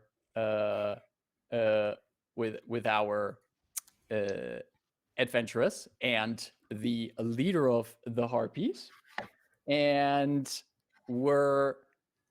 you have been escorted down from the platform into ground level dwellings, which are, well, the dwelling is actually one larger circular hut that you've been led into, which does have, there are beds here with pillows and blankets and the likes. There's actually been food brought in here, and you do notice that most of the food is a mixture of very well-looking meats, but also large pieces of juicy fruit. Like, think like very juicy piece of fruit about the size of pineapples and melons that are cut up into pieces, so easy to eat, but also with very sweet flavor, a nice coating of juice on there, and it looks just scrumptious what's being served here. So even though you are not sure on what your standing is with Mino right now, it seems that your hosts at least want to make sure that while you're here, you have whatever you need. And there's also access to water and all the likes, what you need. Once you have been escorted to this abode and escorted inside by the guards, the door to the abode is closed, and the guards that brought you here take up guarding positions outside of the abode, but leave you inside, just the 4 of you. But they are like right outside the door, kind of. Yes. So we don't know how thin these walls are. Okay. Just to give you a bit of an idea, the walls themselves are like this mixture of wood and I wouldn't say clay, but it's kind of this blend between stone and wood that's being used for these walls. Okay. As soon as we're let in and I see like a pitcher of water, Rayn is immediately gonna go there and just before drinking it all, just going to stop and does it have the same kind of smell? You know how particularly fresh, good water has this amazing, nice, soft smell to it. Does it seem like was in the pond to me earlier? It's absolutely the same, yeah. You must try this water. It is of the gods. I pour a cup out and I hold it out to like. I hold 2 cups out like. I think, like, Dythun will grab one of them and just, like, smell it. It is divine. You would like it very much. Delphine, you also look quite thirsty. So Delphine will walk over to one of these beds and just fall in there. Because You should ask this Dythun to whole give day you a was just tiring. massage. I'm fine, thank you. You just fall into one of the beds, Yeah. and Delphine, you do notice once your head hits the pillow on this bed, you just feel the exhaustion of the day slowly taking you over. And for a moment, you feel like you would fall asleep. But as you now lie here stretched on the bed and just allowing the exhaustion to take you over, you also notice how fast the exhaustion vanishes from you. You feel just a few moments of shutting your eyes and lying here feel as if you already took a nap for like 3 or 4 hours. And it almost feels as if you just had to accept that you're so exhausted that you allow it to come over you for this place to make sure that it gets out of your system and that it just brings you back energy. This place is shit. You can't even be exhausted for a while. Let me be miserable. This water will perk you right up, though. Dyson does not trust the water. He's just like, I don't. What does he smell? You smell very clean air mixing with the sweet scent from the fruits, but also the smell of the cooked meat that has been put here in your dwelling.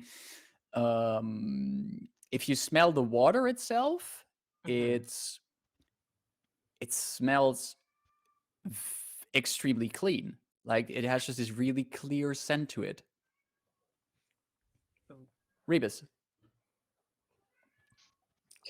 Seeing how Dythun seems to be suspicious of the water, I will walk towards him and say, "May I have it somehow within me to be able to detect certain poisons and not be affected by them if you would like me to try first." I already drank this water earlier. It is quite delicious. Rebus, do you drink? I don't need to, but I can. Well, after drinking this water, you will certainly want to. Go ahead, try it. I promise it is delicious. I will take a little sip from the other one as to demonstrate, like I'm fine. Oh, perfect. You take a sip So from you see Rebus's my faceplate goes slightly up. I dunk the water in there, close it again. My glowy eyes suddenly glitch for a little moment while I'm trying to essentially taste what the water has. And Rebus, as you do that, you, for a brief moment, you again have this memory that doesn't seem like it's your own, but it also feels like it is a memory, but you don't recall ever having had this memory. You just very briefly recall a beautiful banquet. You just briefly see like a beautiful table in front of you with all kinds of luxuriously made food. And you see yourself just taking a sip from a cup of wine. And at that point, you come back into the present as you take the sip from the water, and your magical machinery starts doing its work. And you can taste the freshness and coolness and greatness of the water. And as it seeps into you, going wherever water goes inside the construct that is a Warforged, you sense how revitalizing it even is for a creation like you. And you gain 7 temporary hit points. Let's go. I was half expecting the like Casper the Ghost thing where you just like drink it and it just like falls right through somewhere. Like Just he just goes like down. works its way through its gears and it Well, just like- falls. Well, like Rebus has like a body with like cavities where like things can be stored and stuff. They probably will not be consumed. Water might be consumed just for general mechanical purposes. Food, I don't know if it can be consumed, like used for energy. It's not needed, certainly, but No, you it's know. not. It's not needed.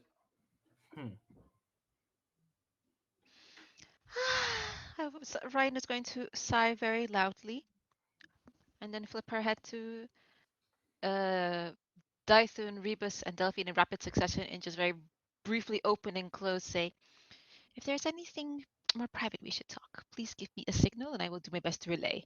If there's anything private we need to all talk about, please relay me a signal I will convey. If there's anything more private to talk about." As soon as I'm done with the third person, I'm like, "Oh, I regret this already."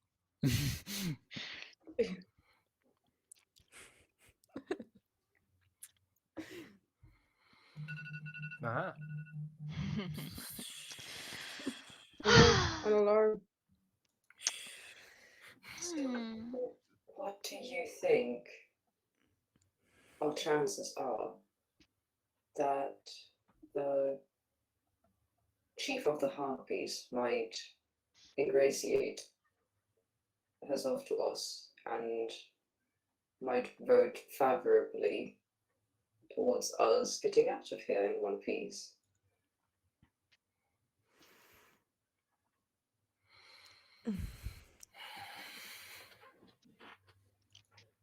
Well, one thing is pretty clear. This Mina wants her place safe and everything else out. So she didn't kill us yet. This is, I guess, good. But we don't know, actually. And to be fair, I just want to get this job done and out here again. It's only a day. I wonder. We only need to survive for how many more hours according to my counter? According to your counting, approximately at this point, 22 more hours. I think it is time to say my prayers to Iridan. I shall say my prayers to Iridan now, and I go to like the middle of this little hut, like the furthest away from any wall or window, and I sort of swing open my backpack and kneel down, and I gesture my companions like, "If you would just give me a little bit of privacy here, but you may stand nearby, please." Certainly. And I will pull out a pearl, and I will use, so I can do this once a day. I would like to crack open that box, kind of stick my hand in and cast Identify. So you crack the box open and then cast Identify on the item, on Yes. the sapphire, the Sunrise Yes. Sapphire. I can do that once a day, so let me take that off. Uh-huh.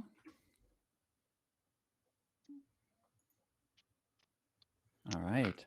So you crack open the case in which the sapphire is.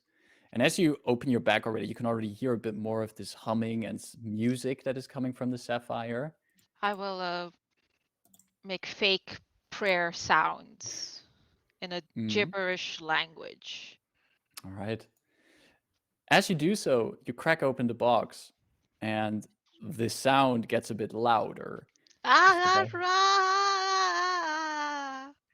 And speaking in tongues, you touch the sapphire and you cast Identify on it. You do understand from the casting of Identify that, oh, it takes a minute to cast, by the way. It takes a little bit. As you This is as very you loud, annoying sounds coming from Rayn, just looking up at the party, just going like, and with your show helps concealing whatever kind of strange noise might come from the sapphire. And after the casting of the spell is complete, you do understand, to your great surprise, that this is a magic item, and it does not require attunement of any kind. But what you do understand is that the Sunrise Sapphire is a crystallized bit of Eberron, which is one of the moons and planes of existence of the world here. Yep. And it has the capabilities of absorbing energies from Eberron and storing them in itself. And these positive energies could be used for healing purposes, as you are also experiencing here in the Shining Valley, where the energies of Eberron are abundant. Yes. And it is in that regard mostly a battery that is attuned to the properties of Eberron and is currently in the process of charging. I close the box, put it back in the bag. You would also notice, Oh, tell me more. as you touch, I think you have to touch the Yep, item yep. for it, right? Yeah. I have like my As- hand in there. As you touch the item, you do, while casting the spell, feel happy. Like, honestly, happy. You don't know where this joy comes from, but while you're casting a spell and touching it, you just feel relieved and happy. Everything about this moment is nice. And there's nothing to worry about. Because in the end, if you just follow your gut, things will turn out well. I think Rayn gets temporarily confused as she recognizes this is happening, that her usual like happiness from superiority, wit, or whatever is replaced with this like bare bones, naive, childlike happiness. She's like, okay, let's just ride this ride, but that's weird. And you do also, once you close and put the gem away again, and you remove your fingers, you notice that not Rayn happiness also quickly fades away. Like, you really understand that it was an external influence being applied to you. Whew. Praise be Eberron, indeed.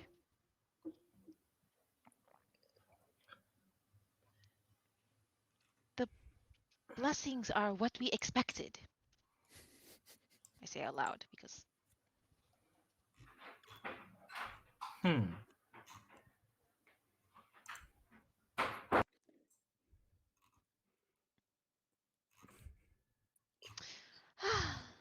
oh well. And I'll Typhoon kind of looks to Rayn. Could I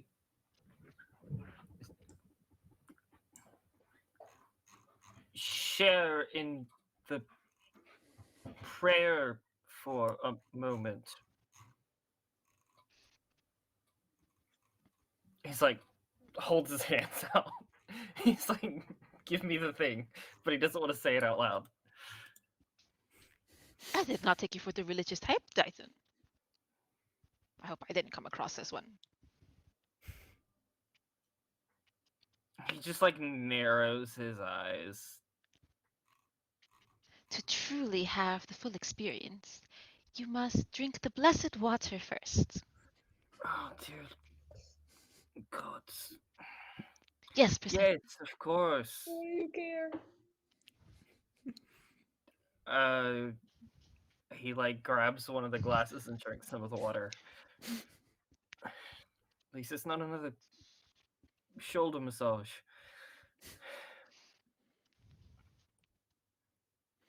Was that so bad? You drink the water, and also you feel its restorative and healing powers, and as it just joyfully goes into your system, You get 2 temporary hit points from it, but you do Perfect. feel vitalized by it, as you have now participated in the waters of Irion. Perfect. You have taken your first step into, what do they call it? Faith. Come, my child. And I hold the box like slightly open, like kind of Pretty Woman style. Dyson wants to listen to it. Is it still making that like melodic tune? It absolutely does. And there seems to be, it didn't get louder, but there seems to be more layers to the music, as if someone has added more instruments to the arrangement. Okay, this is kind of a weird connection he has in his head. Does it sound like what we heard the harpies singing when they tried influencing us at the beginning? Can he like remember if it's like the same tune? It's at least similar in rhythmic structure. Like the rhythm is very similar, but the way that, like the sound of the instruments in this song Yeah, like are of course different from the singing of the harpies, but the rhythm and kind of the structure of it, very similar. okay, he's gonna close. He'll like put his hand on it and like close the box back and kind of like make the signal to Rayn, like, hey, Mm-hmm. cool. I'm not sure if you've noticed, and I obviously don't want to say this out loud. The sound, the song it makes is very reminiscent of what the harpies was singing. So I'm not sure if, I don't know if this is some kind of religious thing for them, or if there is another source of this song, but it just seems very, it's a very big coincidence that they're singing the same song your Sapphire here is playing. I don't know where the connection goes, but it's something. Well, this telepathically. Well, this stone is not the most unique object here either. When I took my drink earlier, I saw small crystalline formations at the bottom of the water. If there are other things creating this sound, then the harpies may have mimicked this. But nonetheless, I think it'd be safer to conceal at least this item, because we need not interact or do anything else, simply then have this on our person. Right, I'm just saying I'm not sure if it might, if things don't go our way, if there's a way we can use it as like a bargaining piece, or like, hey, this is what led us here. It is a good sign. I don't know. It is not quite our chip to bargain. This is what Guildmaster Laura has entrusted us to charge and return. Oh, I don't mean as a gift. I mean like a, like a, if you went into another nation carrying their banner, they're less likely to shoot at you on sight. And so if we said, hey, we have this thing and it's singing your song, and it might, again, this is all still in his head, but like he's still gesturing with his hands because he's not used to like not talking. But like it might, I don't know, it might give us some play if we need it. Is all All I'm the more reason suggesting. to maintain it as concealed as possible. Right. I wonder, and as I'm talking to Dython, I sort of look towards Rebus, kind of put my head up and down, taking gauge of the shape and size of their torso.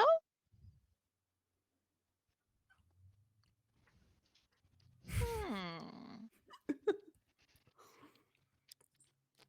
Everything okay, Miss Rayn? Yes, quite. As I walk up to Rebus and just kind of start like walking in circles, like doing the. I Look, I I promise have this need has of nothing to do assistance. with what we just said. I don't know what she's doing.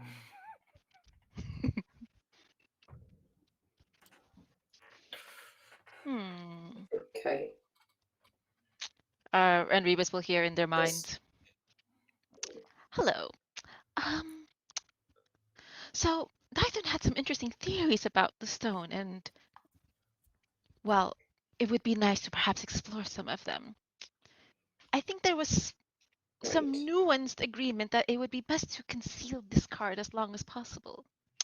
And our host made such a show of going through Delphine's things. Would there be perhaps a way to temporarily put the item within you? Of course, we would keep it in a container and try to muffle its melodic effects as much as possible, but only if you are open to this. Otherwise, I will do my best with what I have managed.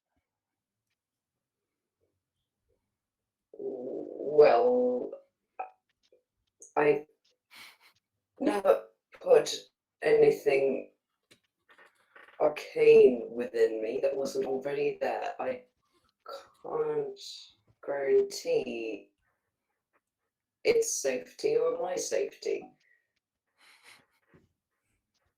All right. It is an option. But we could try. We can practice with something else if you'd like. I would like to point out we should maybe choose our words very carefully from here on out.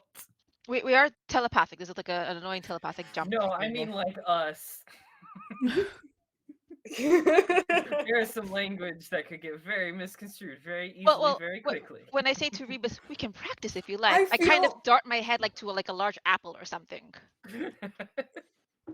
I feel like that was fine, and we've had worse in this show, and somehow you Oh, yeah, still for picked sure. up on it. So it is your fault. Get your mind out the gutter. I didn't do anything wrong. Anyway, DM, would I know if I can just like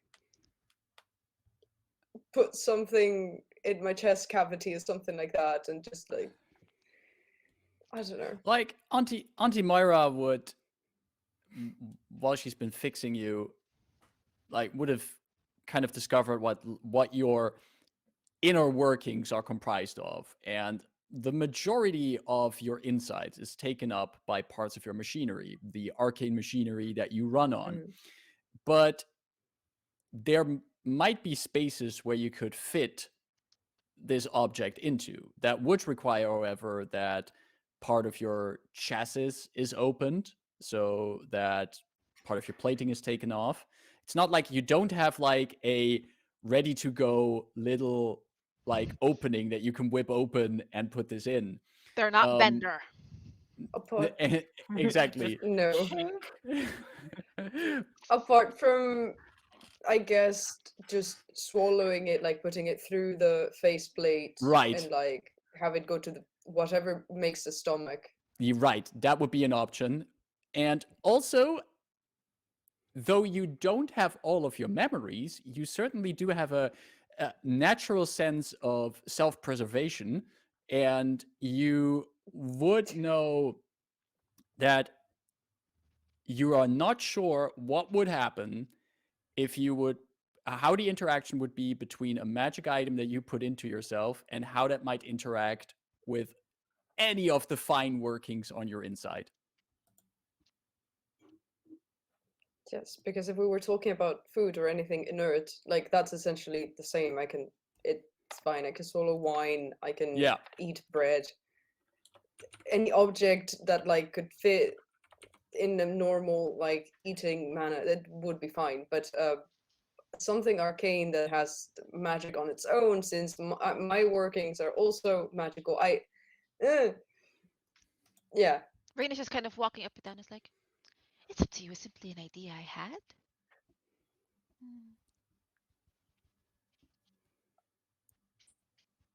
I am sorry, Miss Rayn, but I'm not confident enough to follow through with a plan like this without knowing what would happen to me. On the other hand, I also don't want to be the one concealing something important. I'm telling you telepathically. I don't want to be the one concealing something so important when I am so opposed to being distrustful in the first place. No, that is fair enough. At this point, as you're having this conversation and Rayn is pondering the possibilities, you do notice there's movement in front of the abode. You do hear the sound of wings approaching. Then you hear this landing sound on the ground. There's a quick conversation outside of the door, Pew, pew, pew. and Tucked away. as the door is then pulled open, and you see Mino standing there, who actually has to like hunch a bit down to enter into the abode. And then you see past her, you see that the two guards are still standing there, and she turns around to them and just quickly dismisses them as she closes the door behind her. Looks at Delphine, who are you still on the bed, even though you were Sleeping. Okay, yeah, Aw. you're on the bed there. Looks over at She's out. Yeah. looks over at Delphine, looks at the rest of you, sees Rayn, who was like walking around around Rebus, and then quickly looks I over guess at the she's thinking either they are very cocky and brave, or they're idiots. Like they're Yes. just fools Yeah. to be like so comfortable in a place where they might be killed. Just like Oh, that's just Rayn. That's still up for debate. and she notices she looks over at the plate with the food. She's had a bit of the water has been drank. She says, "Did you try any of the food? The fruit is delicious." Oh, I absolutely believe that. Do you have a suggestion which one I should try first? She just points at a piece of like big pinkish fruit that has a fairly tough outside to it, fairly tough skin, so you can hold it like a piece of melon, basically. I You should try that will- first. Then, if you don't mind, I will take it and, like, with my nails, try to like tear it open. I have two juicy bits. Yeah. And I go to town. Dig into it, and it is an extremely sweet flavor. Almost, if you're not really used to sweet flavored, it's almost aggressively sweet. And Empowering. there's a lot of these really tiny seeds in there. So after you've like ate it, you have like a mouthful of tiny seeds that need to go somewhere. Amazing. And Mino looks at all of you and says,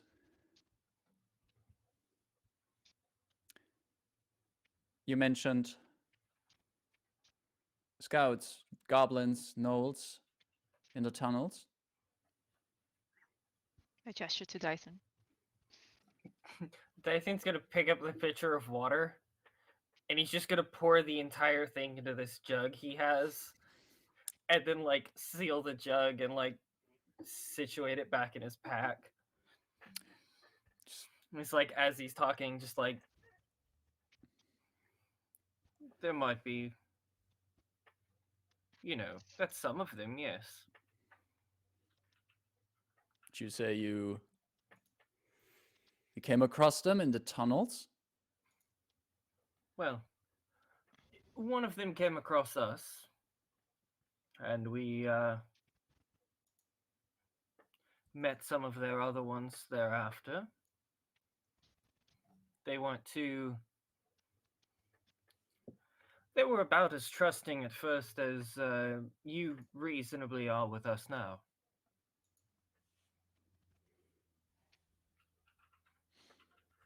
Hmm.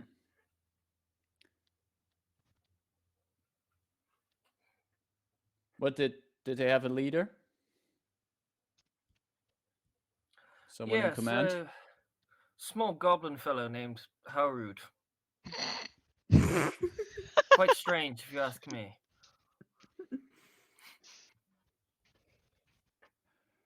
Make a deception check. Okay, yeah, of course. Daithun. Like, yeah. Yeah. I was waiting. You could just Ooh. be like, yes, we met the leader of this particular group. Like, Makes it fun. All right, so that's a 6. A 6. I get a +1. Wait, hold on. Yeah, I get a +1 to deception. That's a total of 6. dude.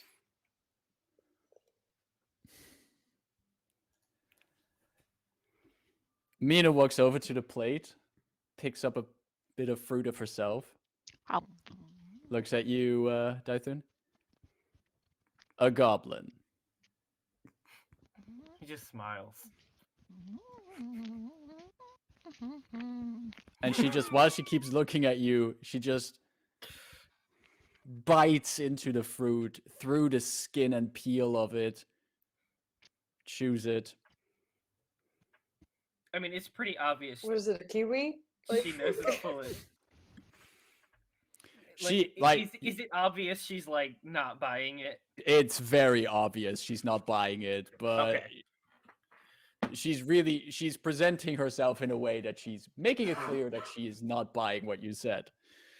And she said, all right. You still want to play games then? Well, it wouldn't be fun if we gave you all the information, all right? Well, then give me one true bit of information. You say you have means of contacting these. What are these means? Do you know where they are in the tunnels? Could I just send you and your friends back into those tunnels? And you would deliver them wrong information? Do you have any other tricks up your sleeve to contact them? It was made very clear if we went back in the tunnels, they would find us.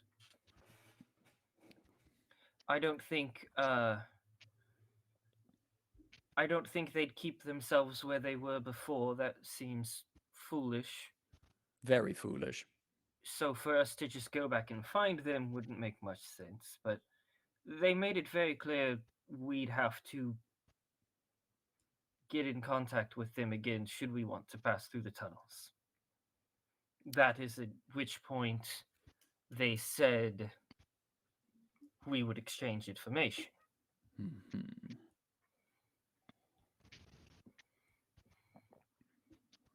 She really eyes you up and down. that not Information good is enough power. for you? And misinformation is more power. That's what you said.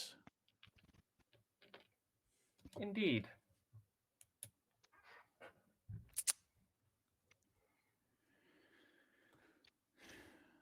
I'm going to be, unlike a lot of you, honest towards you. Our scouts have been eyeing our tunnels for a few weeks now, and we've been worried about any kind of Droaam scouts coming our way for quite a while. I know that the Daughters of Sorakel are still, well, not amused about my flight's independence. I do not care for their opinion. At this point, I care for the safety of my people and the protection of this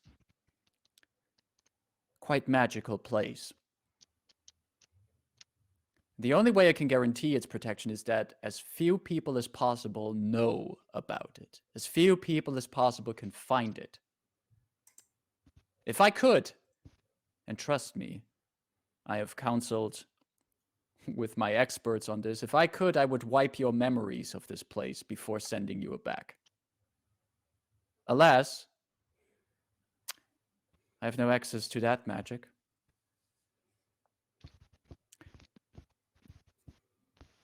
If what you say is true, and I have to be very honest, you're giving me not much that gives consistency to your stories. would mean that if I were to let you go, you would cross the tunnels again, would meet with with those scouts. And what would you tell them of this place then?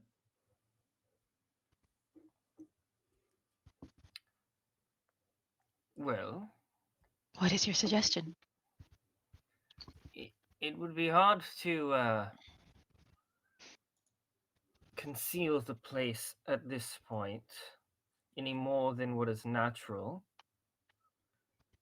which is why I suggested misinformation. The only things we could tell them, as they've already scouted an approximate location, is perhaps to have them come a bit ill-prepared. But whatever you would wish to be told to them, I'll leave that to you.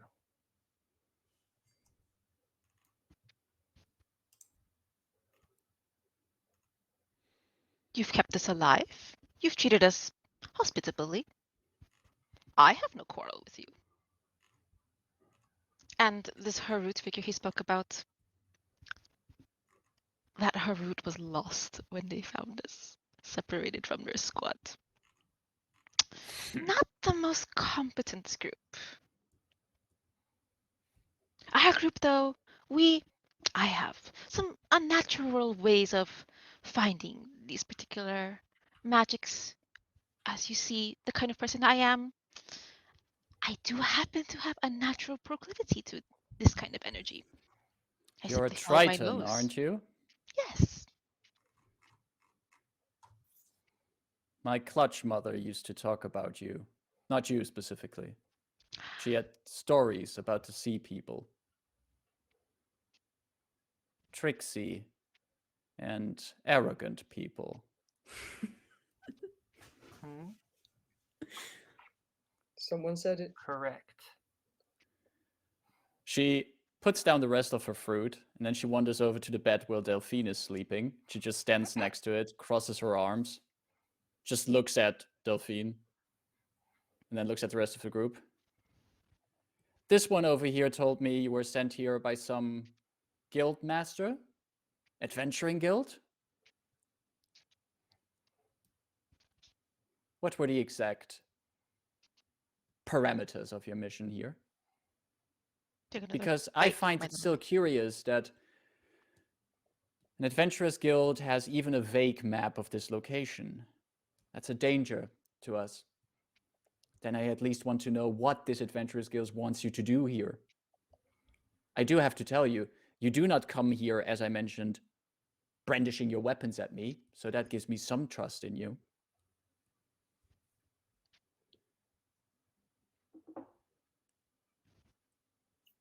Did you know, on initiation to our guild, they had us jump off a tower in the middle of their city?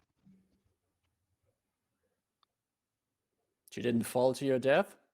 I think that was quite the intention in weeding out those least suitable. But unfortunately, workers' relations are not those that are more common in the oceans and in the seas. And this guild seems to have no issue sending us into the most dangerous things without much regard for our safety. We should really have a talk with our handler companions. There is a saying amongst my people.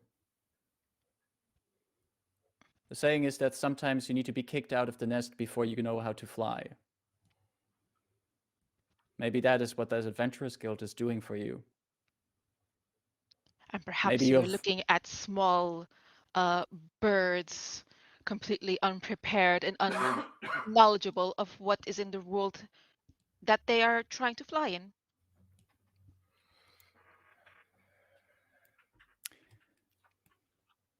So you joined an adventurous guild that has an initiation rite that could kill you, that sends you into dangerous missions. And this mission here has you come here to find this valley.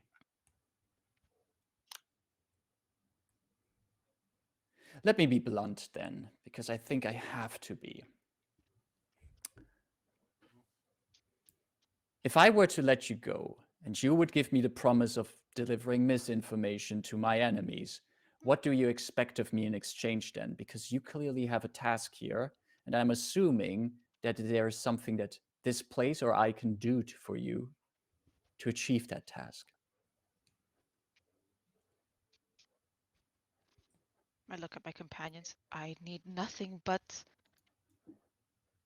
simply to be left to leave the next day. I don't think you'd ever hear from me again.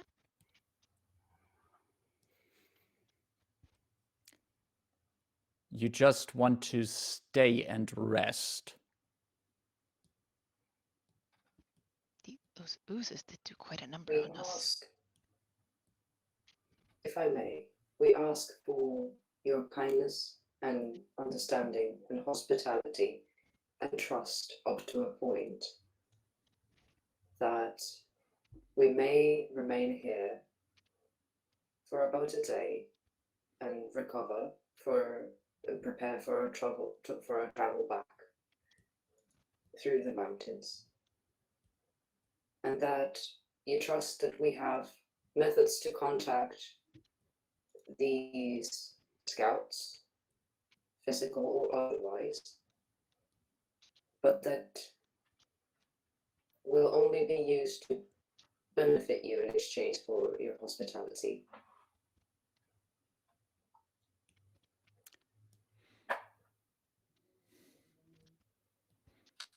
I must say, I would have So, expected a steeper Summary, price.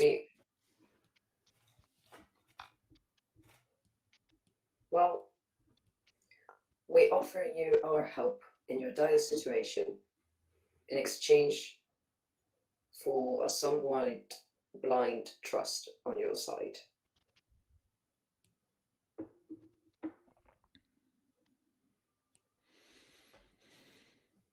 She looks at all of you again. Gives a quick glance down at Delphine. Could I have at this point from everyone a persuasion check? It's going to be a group persuasion check. Oh gosh. I also I'm not even have a awake. question. Oh yeah, does Delphine make a persuasion check? Sure. How persuasive is your sleeping? 22 from Rayn. 22 from Rayn.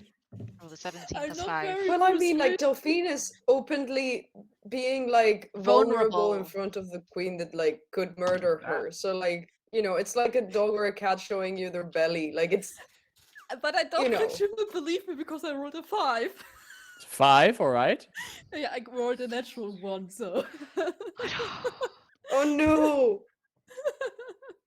So yeah, it's but a Oh no! it's a 19 for Dython, and I 20. have another question on top of that. Mm-hmm. Yeah. Does Dython get the sense that she knows, like, I don't know how to describe this, but like the party explained we have to stay here for 24 hours for that thing to charge. Mm-hmm.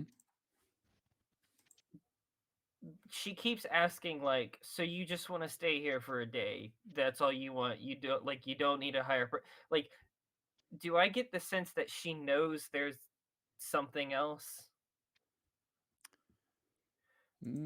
Make an insight check. Okay. And Rebus, what did you roll on the persuasion check? My persuasion was an 8. 8.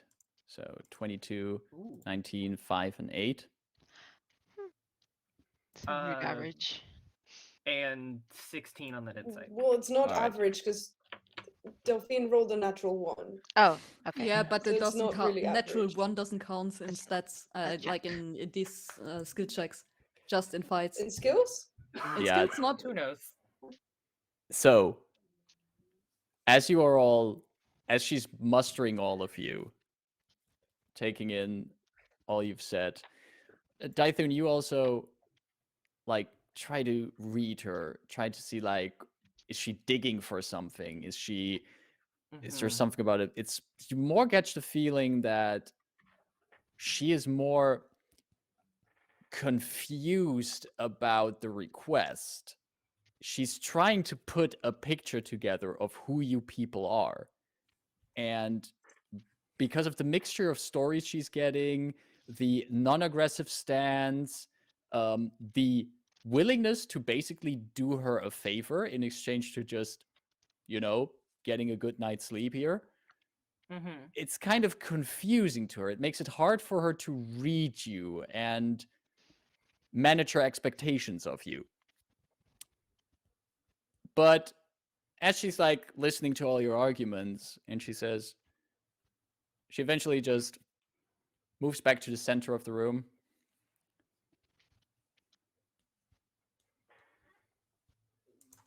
You can stay here for the night. I shall return here in the morning, so we can further discuss what kind of misinformation you shall deliver to my enemies. Ooh, make it juicy. As you say juicy, she just quickly reaches past you, Rayn, and picks up another piece of fruit. And while she's looking you in the eyes, she just bites into it again, the juice on her lips. What do you call that one? Baruki. Baruki. Yes, lovely name. I shall endeavor to learn. And I gesture to the fruit of me. Would we or I be allowed to talk or chat with your denizens? I can have an escort if you'd like. They can be privy to everything I ask. She snaps her fingers, and the door behind her opens, and one of the guards steps in. She says to the guard, points at all of you. When any of my guests want to leave and stroll the valley, you shall accompany them. If they do you no harm, they are my guests here, and they are allowed to see what beauty our home holds. Thank you. And then she just again gives all of you a look, and she just really seems to one more time like ponder things, just looking at all of you. Rest well, before she then walks out of the hut, closes the door behind her, and you can already hear in the distance. For a moment, you thought we were afraid that you heard sound coming from the back, as that the singing of the stone got louder and it came from the back. But then you realized the sound is actually coming from outside of the hut. And the distance, Oh. you can hear from multiple corners little choirs of harpies starting to sing a song as the evening fully comes, or night fully comes over the valley. And they sing away the day and greet the night that comes. As we're going to end our session for today at this point. Whew! Wow. Man. Well, you did some politicking here. You did some conversations, some convincing something. people of you. Something. Imagine sleeping and not be persuasive at that state. Caffeine is very persuasive to Rayn even while asleep. Look at this, visage of beauty. How could you not? This was an interesting way that things could go today, and really fits the brand of this group. Yeah, it was curious. I'm very happy it turned out well. I'm very happy we could get on the night side of this harpy chief and still do our mission and it's complicated. I'm very surprised that she didn't immediately kill us, because that's what she should do. But also, maybe the only thing saving our neck is that, apart from the way we came in without being threatening, the place is not hidden anymore. Like Yeah. we told her the scouts have found it, they know where it is. We have a map, we found it. So that's the only reason why she might be like, okay, I won't like immediately kill you because obviously the secret is out there. And if you can help me, then that might be more worth it than just like making sure you don't tell anybody, but like other people already know anyway. Right. So Right. that I one, have the feeling that our group has a very chaotic approach to situations, but somehow by some Yeah. magical means we always manage to avoid the worst shit. I think when Austin I asked feel for like- Dythun, like, hey, I need that insight check on checking like why she's asking these questions while we're staying here. That was for me a chance to say as a DM, she's just a bit confused about what your thing is, what you should worry about with you people. It's Mystery just adds spice to life. It's no fun if you know everything. it's so it's so on brand. And like Mhm. I'm just surprised that we have such luck. I think because we approach Yes. things like we don't go violence first, like we don't immediately, like we do try to talk, and then we just give such a chaotic energy that like we don't understand each other among each other, and so the person trying to understand our group is like, what the fuck is going on? Like we just confuse them enough to stop the battle from happening. I definitely understand uh, Mistress Mino's yeah. approach of like, how does somebody not have an ulterior motive? That is Yeah. very true. Mm, Yeah. What do you mean you're just here and you just are nice and you're just Because somebody told wanting you to respite? come. Yeah. Yeah. Hmm. Yeah. She's like on her way back to her throne room and she's like thinking like, what the fuck is up with these people? It's like when you meet a character in a game who's like overly nice and they're so Yeah. nice that you don't trust them.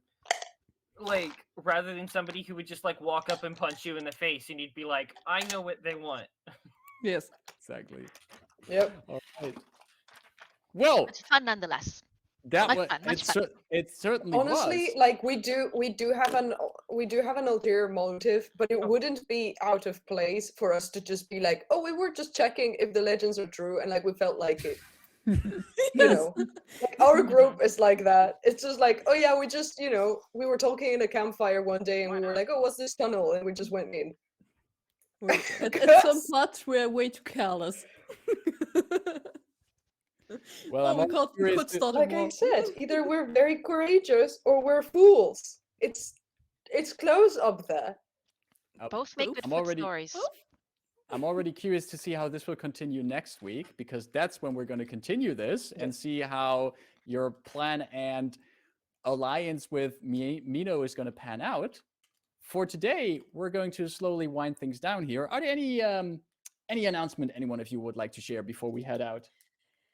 Yes. Yesterday, the newest Feywild bundle aired on the M's Guild with a lot of different stuff, different adventures that are taking place in the Feywild, and with cool supplements that you can implement into. Oh, that was fast.